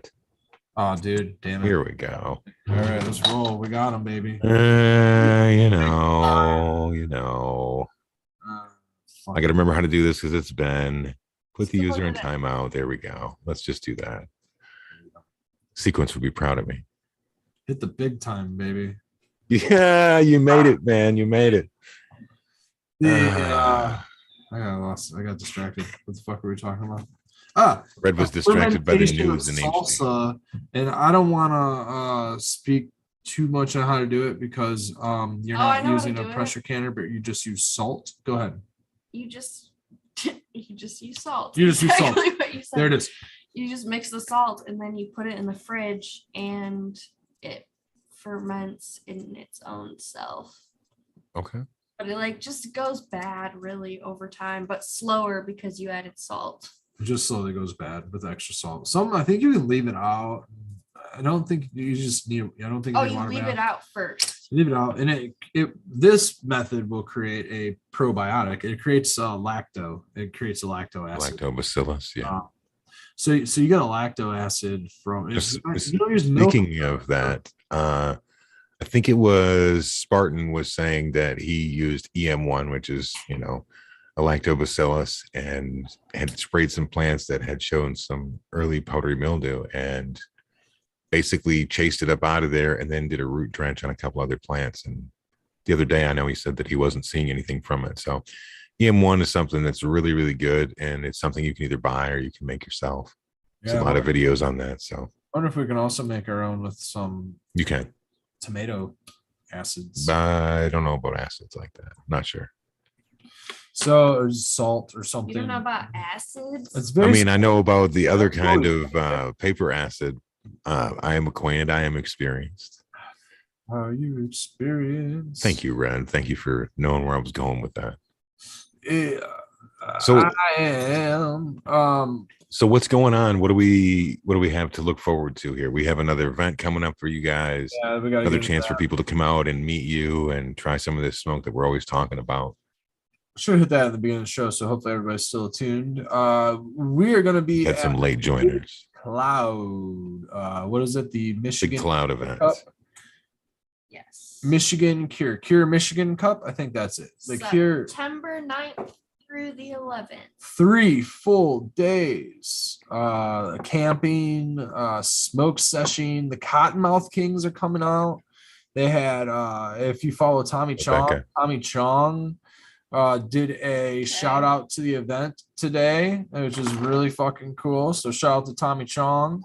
TC actually wore some of my art to a hash bash, which is fucking cool. On TC. Yeah, TC's the shit. Let's see here. So Big Cloud, come on out to that, man. We're actually splitting a space with Fagroli. We're still gonna have the full tent. He's still gonna have his full tent. We're just splitting a premium 10 by 20 space, and so hopefully that gets us into Right on. a different zone, maybe a little bit more up front and center. We'll see. I'm not sure where their 10 by 20 spaces are, but who knows? Maybe it's just first come, first serve, whatever. Either way, we're trying our best to get there Thursday, assuming we're able, and then set up shop, set up camp, get there, and spend the weekend hanging out with everybody. It's going to be another awesome weekend with friends and family, man. This past weekend was really cool seeing everybody. I apologize if I may have forgotten any shout outs or anything. Definitely shout out Dan, the organizer of Gems and Genetics last event. Shout out to I don't know if he wants his name said. If you probably said his name on the past. Shout out to the organizer of Big Clouds as well. He came by our booth and chopped it up for a moment, and they're doing some good things, man. They're doing with access, man. It's all about this access. They bring people together. They're doing music. They kind of have this cool festival vibe, which is I really like. I think I talked about it slightly at your last event, and it's something that, I think is very important. And that's just the mindset that is leaving no trace and just recognizing that the need for being barefoot friendly. You have some of these events where there are pets, there's dogs, there's animals, there's feral people walking around that may not be wearing shoes.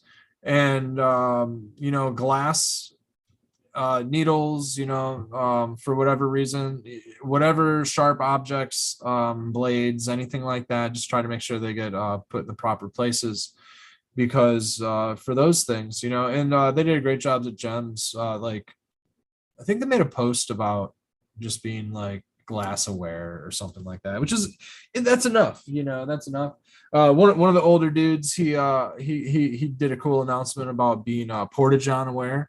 For those who don't know the Porta-John ethics, just keep the lid closed, and that's the toilet seat. There's a tube that goes up and out. So if you want to go into a Porta-John and it doesn't stink, just close that fucking lid. It keeps a lot of the smell down. Oh yeah, I'll just close that lid and it'll just all magically disappear. A lot of the smell, a lot of it, man. Not all of it. It's still gonna smell. Dude. It's a Porta-John, man. It's gonna fucking stink like shit. But if you close that lid, it goes up and out the tube because it gets hot. At least that's the physics behind it. I was sitting on one last time. I was like, there's a fucking breeze on this thing. That'd be kind of nice. That's what the modern toilet needs is a fan. That'd be nice. Shout out to Gems and Genetics. Oh, I misunderstood your question. Anything grows. I would say if I had to answer that, I am more versed in mushrooms than I am in acid. Not that I haven't had acid a bunch of times, but I do, I put a little stupid Instagram story up today, and it was a riff on the old Peanuts cartoon where Lucy has the little cardboard box that says the doctor is in, and instead it says the doctor is within. And so that's my thing, is just like I use cannabis to treat myself and my ailments. I found that mushrooms for me have been the most successful. I love LSD, but it's different for me. And it's funny when I talk to other people have my experiences with LSD, but not with mushrooms. So I think it's just, which one that you're more comfortable working with. I don't know. But speaking of behaviorism, yeah, I'm a fucking dog trainer for a long ass time. So I think it's funny when you really put it out like this, but once you understand how any organism learns, you're much better able to figure out how to motivate them, because that's all really dog training is. It's like, okay, figure out how dogs learn. Okay, how do they learn? Well, they learn through associations. Okay, well, what kind of associations are there? There's good ones and bad ones. Okay, cool. How can I use that shit to my advantage?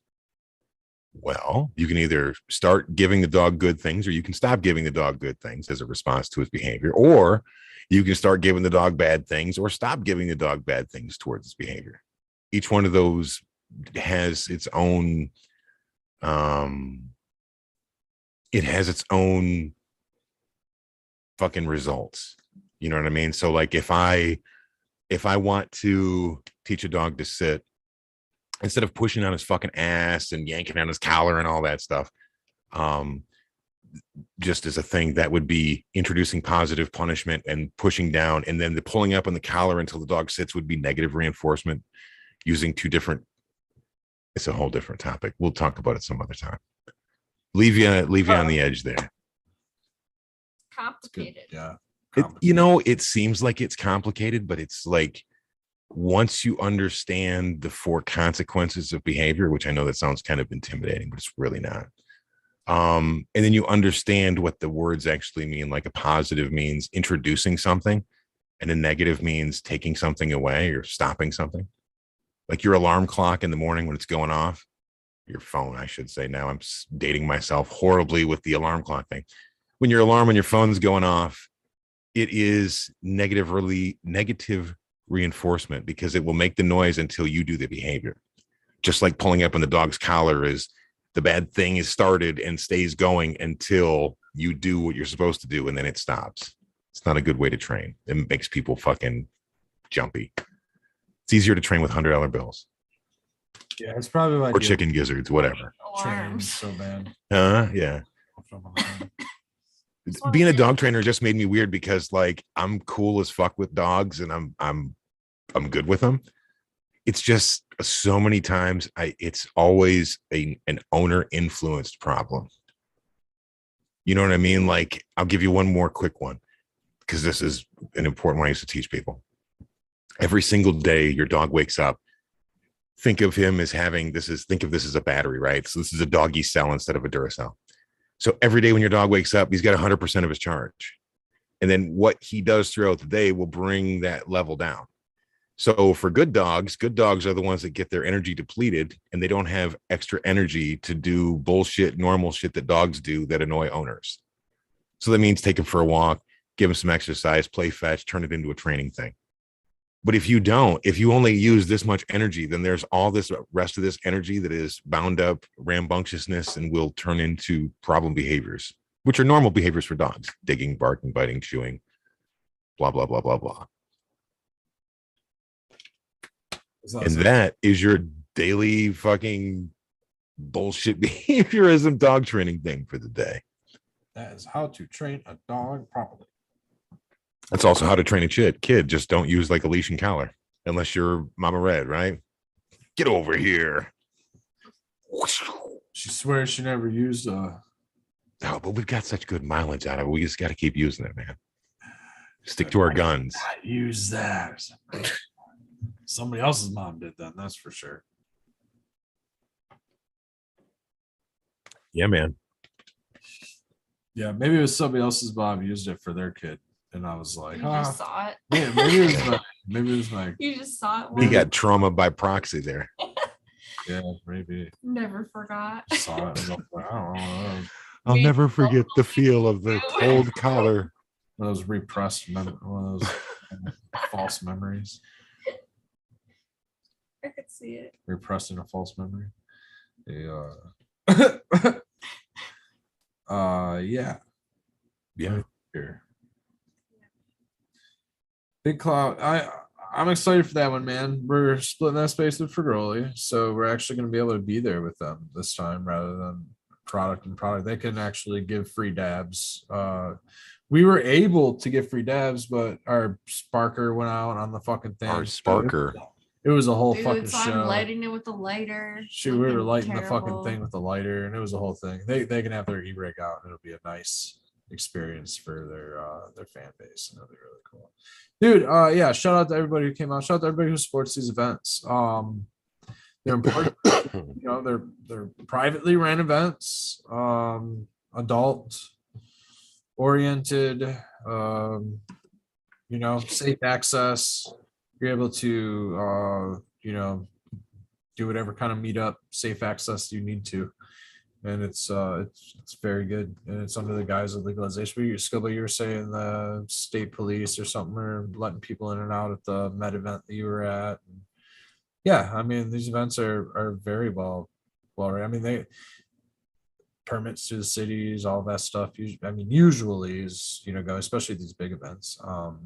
You know, can't speak for all the events, of course, but either way, I mean, mind your P's and Q's. Understand that it's still everything, no matter what legalization. It's all in a gray area. So I mean, you have to like still kind of watch your pocket when you do these things. There's always somebody who's upset with somebody one way or another, and what we like to do is we like to go into these things without any expectations. We like to go, especially now that the legal market has cannabis at such low prices. I don't want to say quality cannabis. I'm just going to say some cannabis at such low prices that we understand that it's going to affect the turnout at some of these events. So we go in without expectations. And then when we leave, we don't have expectations either. We don't really even count our pockets until maybe the day after we get home or something like that. And we want to make sure that we're doing our best and motivating ourselves, of course. But at the same time, we also don't want to put any kind of focus into that being our motivator, only our pockets. We want to just make a presence, be there for the community, and hope that it comes out that we're able to sustain ourselves, right? So, I mean, fiscally, it's necessary, but at the same time, you said you have no expectations, and you said it 4 times in a row. You doing that, of course, gets my musical mind working. And if anybody out there is looking for a good fucking cut that you don't hear too often, go ahead and play Rolling Stones, No Expectations. If I was doing some midnight DJ shit right about now, I would toss that record on the stack and we roll with it. Fuck yeah, dude. You can, yeah, I mean, it's hit and miss either way. The weather, you could have a great fucking sales and everything, and then the weather hits and it turns people away. But that's where the other side of the event is nice, because it's like anything else. You go to a dead show and you're vending. You're not vending on shakedown to shake people down. You're vending on shakedown to be able to get a seat to the show. Exactly. So it's about the community, and in that instance, the music, and in this one, it's about the community. In this instance, the communal smoke. Yep, 100%. So, that's the point that I think sometimes people just sort of lose sight of. They don't think about it in like the chance to just come out and see friends. Because that's what Spartan and I have talked about this and riffed on it many, many times back and forth. The first time that we went to the Russell, which fitting, right? When he and I were standing in line and just kicking it, because it was a long fucking serpentine line. And it's like, man, I just want to hang out with my friends. I'm not even trying to spend money or, chop seeds or anything else. I just want to see my friends, hang out, have some laughs. And you know what? You might not even be there for that. And it still might just happen. You might be like, oh, shit, man. I fucking A, dude. This one dude, he had a really fucking good smelling jar, man. I'm going to go grab a gram of that real fast. Sure. Yeah. Dude, my one dude, there's this one guy that every time I see him, I usually buy something from him. And I can't remember what his fucking name is. He was going out of business. You know what I mean? So everything he had was priced real low. And I was talking to him, and he probably had 20 jars on the table. And I was like, which one on here would you recommend most that would probably help you sleep? And he goes, the White Widow. I said, okay, let's take an ounce of that. And it's not that I don't have weed at home. It's that this dude has been a part of this community. And he's just trying to get out of the investment side of it and get into the just, hey, I'm a part of it scene, and I can respect that. So I always try, like Fergoli he gave me a big sack of fucking gear, and it was really, really nice. And then I made sure I gave Miss Fergoli the money, and I was like, I just want some free rolls. I was like, oh, there's some in there. I was like, doesn't matter. I want to support my friends. So I'm not trying to use anything or anyone. I just try to give back to the community. Works for me, man. Yeah, it's really it's huge, man. It really is. I wish that we were able to get out and about and around a lot more than we are. No It's ill challenging. no ill intentions to anybody.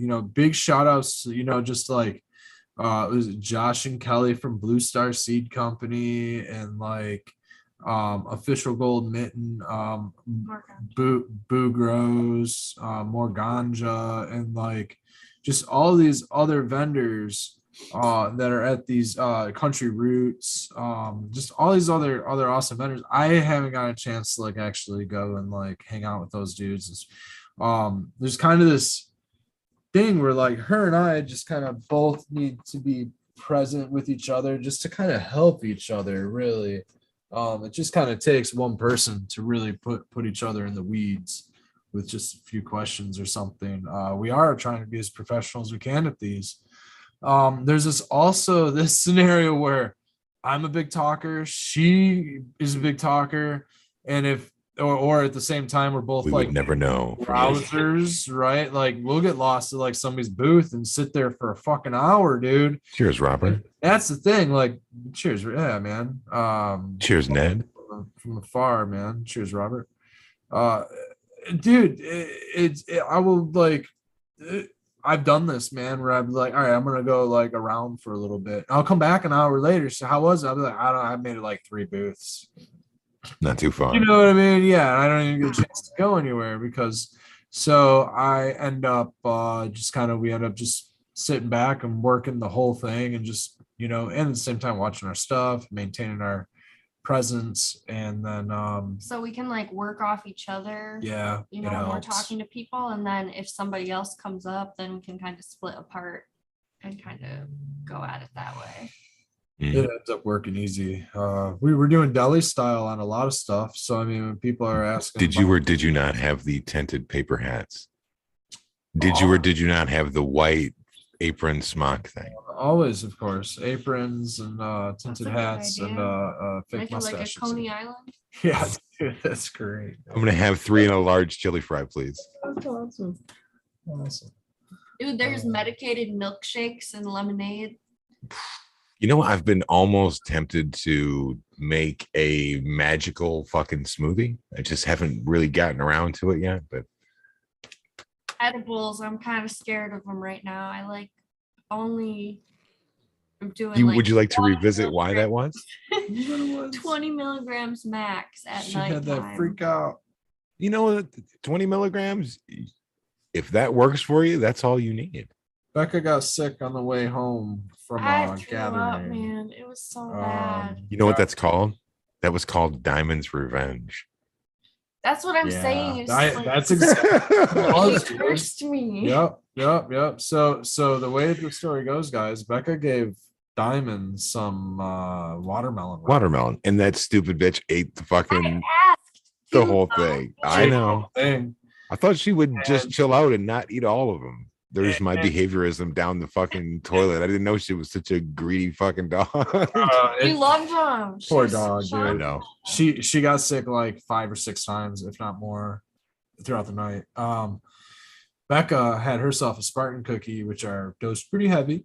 And I didn't know. She didn't know. And she didn't know that she had another Spartan. So she had 2 Spartan cookies, one that she knew of. You're wrong. Oh. I was eating cookies all day, and they were normal cookies. Yep, on the table there, because that's where they were. It doesn't matter who, like, put a cookie in there, a Spartan cookie in that box, because she didn't want to eat the second one. Or that person didn't want to eat the second one. You already fucked up with the pronouns, man. So then my dumbass is already high. I've been having dad. I'm gonna have another cookie. I ate another one, and I ate the whole damn cookie, the medicated cookie, and I didn't know. And so how long did it take to kick in? And then before we left, I was like, I'm just going to have literally an edge little crumb. Like I just broke off a tiny bit and a little bit more. And so that's what I thought fucked me up. And I was like, this has to have been like all in one spot or something. Nobody stirred it, right? Nobody stirred that. Like, was a whole what? ounce. Are you serious? There's no way. Was it the dabs? Are dabs making me sick? No, I had who knows how much THC in that edible, and on the way home, I was just like, She was ghost faced, man. I was like, just feeling so dizzy. I was Do not turn so fast. Why are there so many bumps? and then I just want to go to sleep. the windows are down, and I'm Guys, like, it's I need you to pull over. We're on the highway. You can't pull over. going like 80, man. It's like allegedly speed limit, of course, 70. It was hot, man. It was a hot day, and it was nice, and it was like, let's put the top back, and we threw the top back, and we had the windows down, and the windows go all the way down in the back, which is really fucking nice. And we were like, let's enjoy the day. I threw up in my hands. She threw up in her hands. I mean, you tried to do it. I mean, we can't fault you for it. No, I can't make fun of her. Nope. You did what you could, man. So it like, I mean, you didn't throw it like of the wrong way. You didn't throw it into Red's face. You didn't throw it to the left. You threw it to the right. So I mean, tried to throw it out the window, and it was so gross, and I didn't hate throwing up work. so much. It went out the window, it came back in, and like went out the top, and like, hey, man. I'm maybe the car behind us got a little, I don't know, probably. And then there just miraculously was a rest stop. Miraculously a rest stop, dude. It's good shit, right? Pull off like within a mile. We needed it. We had to pull off because I was about to do the exact same thing. It was about to happen twice. The puke mobile rides again. Like gagging so bad, and I'm like crying. The Ralph mobile. Oh, dude, rough. Sorry, guys. Don't mean to kill the party. And then we get off the expressway. We're almost home. And I'm like, you gotta stop the car. So he pulls off the side, and I throw up a couple times. Yeah, dude, it was a then good cookie. Mile more down the road, stop. And all, like, we got somebody yelling at us and shit. Like, oh, you see this? Anything Grows and Spartan are working together to tag team these cookies. oh yeah. Hell yeah, man. Put a dosage label on those things, or a warning label, I should say. Or oh man, contains cannabis. And then I couldn't do the show. I felt much better once. Did you still feel high even after you threw up? Yeah. Yeah. Okay. But more like a head high. I felt more okay. I was like pretty dizzy. I was like feeling dizzy. She was coming for you. I'm glad she was okay. And I was so confused. I was like, of course. Was it the dabs? Like, seriously? You know, I want to give a shout out to Painted Lady in Sequence for a fucking great time at the go-kart shit, man. That was fucking rad. Oh, cool, dude. It was super cool. I had a lot of fun with that. Yeah. I'm really excited we got to do that, man. We don't get out much. I was super slow. We don't get out much. Yeah, we're fucking jamming around here, man. Just constantly fucking pulling weeds, man. It's nonstop with the machete, dude. So that was really we cool. need to get a Spartan at the fucking, what's the other brand on that? The Scythe? machete. Scythe. Scythe. I need a scythe. That's the fucking double-handed one, right? Yeah. Yeah. Yeah, I need a yeah, like the Grim Reaper thing. Yeah. Crafts, man. Yeah, cut some of these hard. Well, more for like cutting our like cover crop, right? When cover crop comes up, we can like scythe it down. I actually have some cover crop in a cart from Johnny's. I think I'm gonna start using Johnny's for my. Was it seed or is it you're just gonna transplant? It's a green manure mix, so it has all kinds of like nitrogen fixers and some other stuff, some vetch and some peas with a little bit of everything, right? Hairy vetch, a couple different kinds of clovers and some stuff, crimson, white, and a little bit of grass and some stuff like that. And yeah, all those things. The legumes. Mama Red, I love you, but I gotta plant more weeds.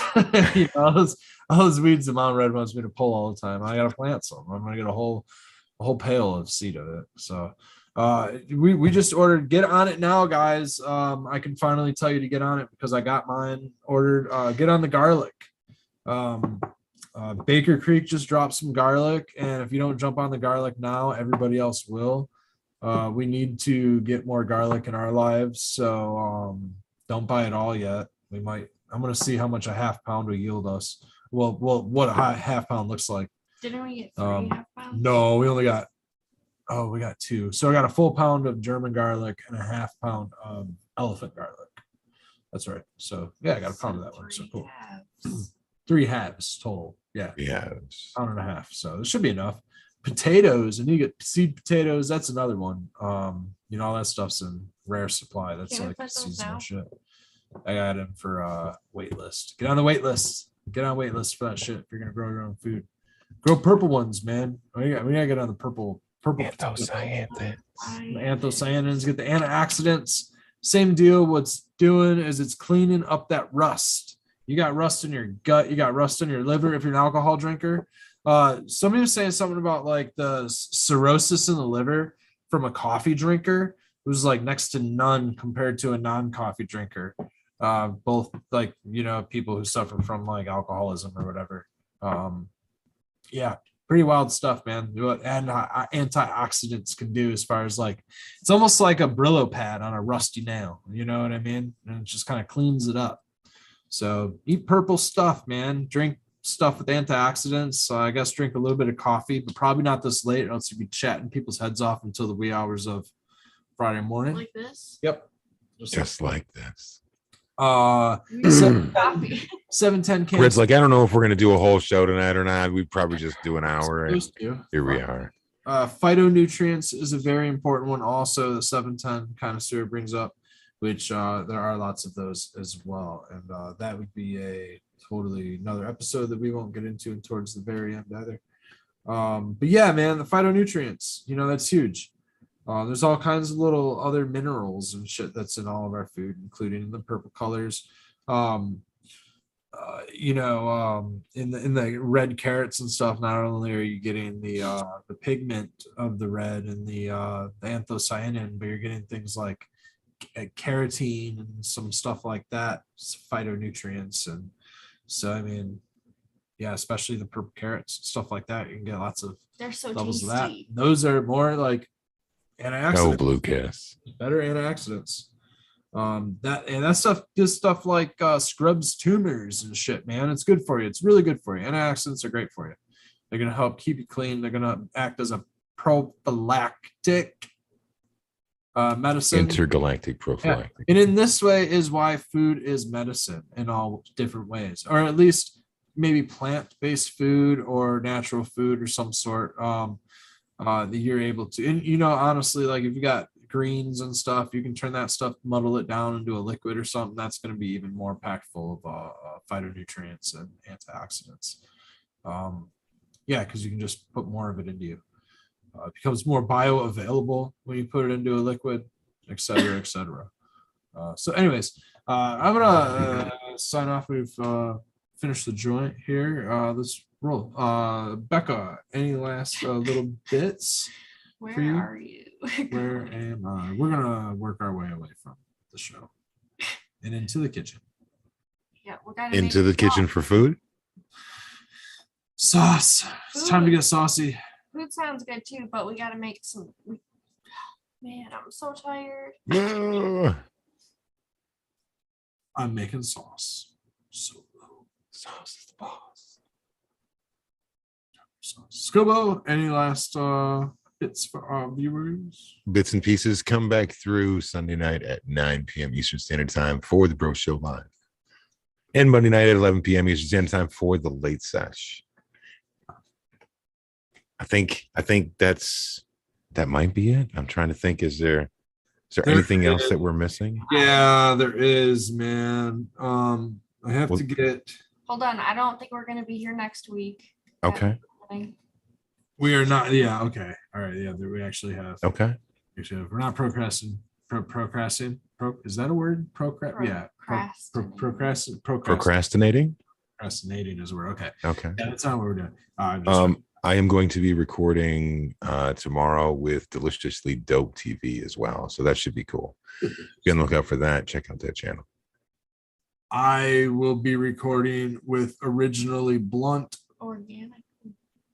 Organically Blunt. Sorry, Organically Blunt. I'm fucking laid back. Zooted. I just put GMO, dude. I'm like, yeah, fucking GMOs. And the sauce is calling. Yeah, I feel like I got Becca's tired. sauces calling. So yeah. I don't know if there's a wake and bake this week or not. There may be. And if there is a wake and bake, come through Saturday morning at 9 a.m. Eastern Standard Time. And also make sure that you guys have your notifications turned on so that if we do, in fact, go live, you'll get that little ding. And I know, well, I can't say I know. We were within less than 100 subscribers from 5K. So if you're still following along and you're not subscribed to the Mish Bros Grow Show, please do so. There we go. We have the September 4th through the 10th anti-MSO protest. Yes. This is multi-statewide. This is a national month of action to all of our canna-friendly viewers. Honestly, support your right to grow. Yeah, all your mushroom farmers and everybody out there who's watching. Yeah, support growers' rights. This is going to affect everybody. This all of this stuff. This probably will affect tomato farmers in some sense. I have a feeling that all growers of all kind are going to end up being pressured and regulated or out-regulated or something. But it kind of starts here with this kind of little thing where the entire month of September, 18 states will be participating in protests to make our stance very clear. The people will not stand for companies seeking to eliminate our freedom to grow our own cannabis. We cannot allow lobbyist groups like the MCMA, which is the Michigan. Fuck the MCMA, obligatory. Yeah. Yeah. What's the C? Yeah, man. What's the fucking C? Michigan, not company. Michigan Cannabis. Cannabis. Yeah, fucking name. Michigan Cannabis. Cheers, Raptor. Association. The fuck does the C stand for, man? The GMO really got me on that one, dude. That was awesome. The giggle stick got him. Like the MCMA, make decisions that will negatively affect citizens for generations to come. And so I'm pretty sure that we have some other stuff going on at the Capitol later on in September. Off the top of my head, I'm unsure of what the date is on that one. Again, see, Kazoo says fuck the MCMA too. Kazoo says fuck the MCMA. Man, we just want. Look, man. We bake our bread in an oven that is cannabis, right? But at the same time, it was the 4th through the 10th. Okay, great. Thank you. Got you, man. 4th through the 10th. At the same time, man, I believe in abundance. I'm not going to have the scarcity mindset where, I can't have other growers out there or else we won't be able to make any money in our business. No, that's not how life works. I want everybody to do it. That's why we do this stuff and we give away this information for free. It actually costs us money because we have to pay for the Zoom service and all of that stuff to give this information away. You know what I mean? So like, it's a service that we're doing. It gets our face out here, whatever, marketing, whatever type stuff, paying a little bit for that, call it that type of a budget, if we're going to budget this. But at the same time, I mean, it's community building, man. And that's all that stuff's way more important than I think the money side. And so so this is like leading a horse to water, to be able to drink for itself, whatever. I don't know. I believe in the abundance. And so I think everybody should be able to grow. I'm all about access. I think that anyone that wants to use it as medicine should have access to it. And they shouldn't be taxed into fucking oblivion for it. Everybody's allowed to grow tomato plants, and not everybody does. The supermarkets are filled with tomato plants. Everybody's gonna, and then the craft farmers grow some of the best heirlooms, and they make the best salsas, and they're free to sell their salsas at a farmer's market. Like sovereign business people should be able to. And if we got them going again, guys. Oh, man. Yeah. A long outro, isn't it? This is the outro interlude into whatever comes next. Sauce is the boss. Sauce is the boss. Sauce the boss, baby. So we're gonna have. I think the whole month of September is just a good time. Play a dangerous game with that wiping the eye thing. I noticed you made sure you didn't get any trikes in there, but yeah, I'm using bully. Using the knuckle on that. Stop rubbing your eyes. I'm trying not to. Well, I'm using the inside of my shirt. I got a Sty in the eye. It is Thursday, September 1st. It's officially September. So we're gonna rock and roll. So have a good Beep at the tone, the time will be One vote. 12 a.m. Later, September everybody. 2nd. I really appreciate you all hanging in. Thank you, Spartan. Hanging If you guys tough. need more information Kids on the block. more information for any of your localities or whatever. Hit up Stace of Base on Instagram. I'm gonna send people your way, Spartan, also, because you seem to have a good amount of information on a lot of stuff as well. Spartan Grown always has a lot of information about that kind of stuff. Spartan, I apologize. Please send me a bad boy spanking in the DMs if I This will teach him to keep going every. I know, right? Mama Red says, "Shut the fuck up." Shut the fuck up and sign off, man. Holy shit. So I did.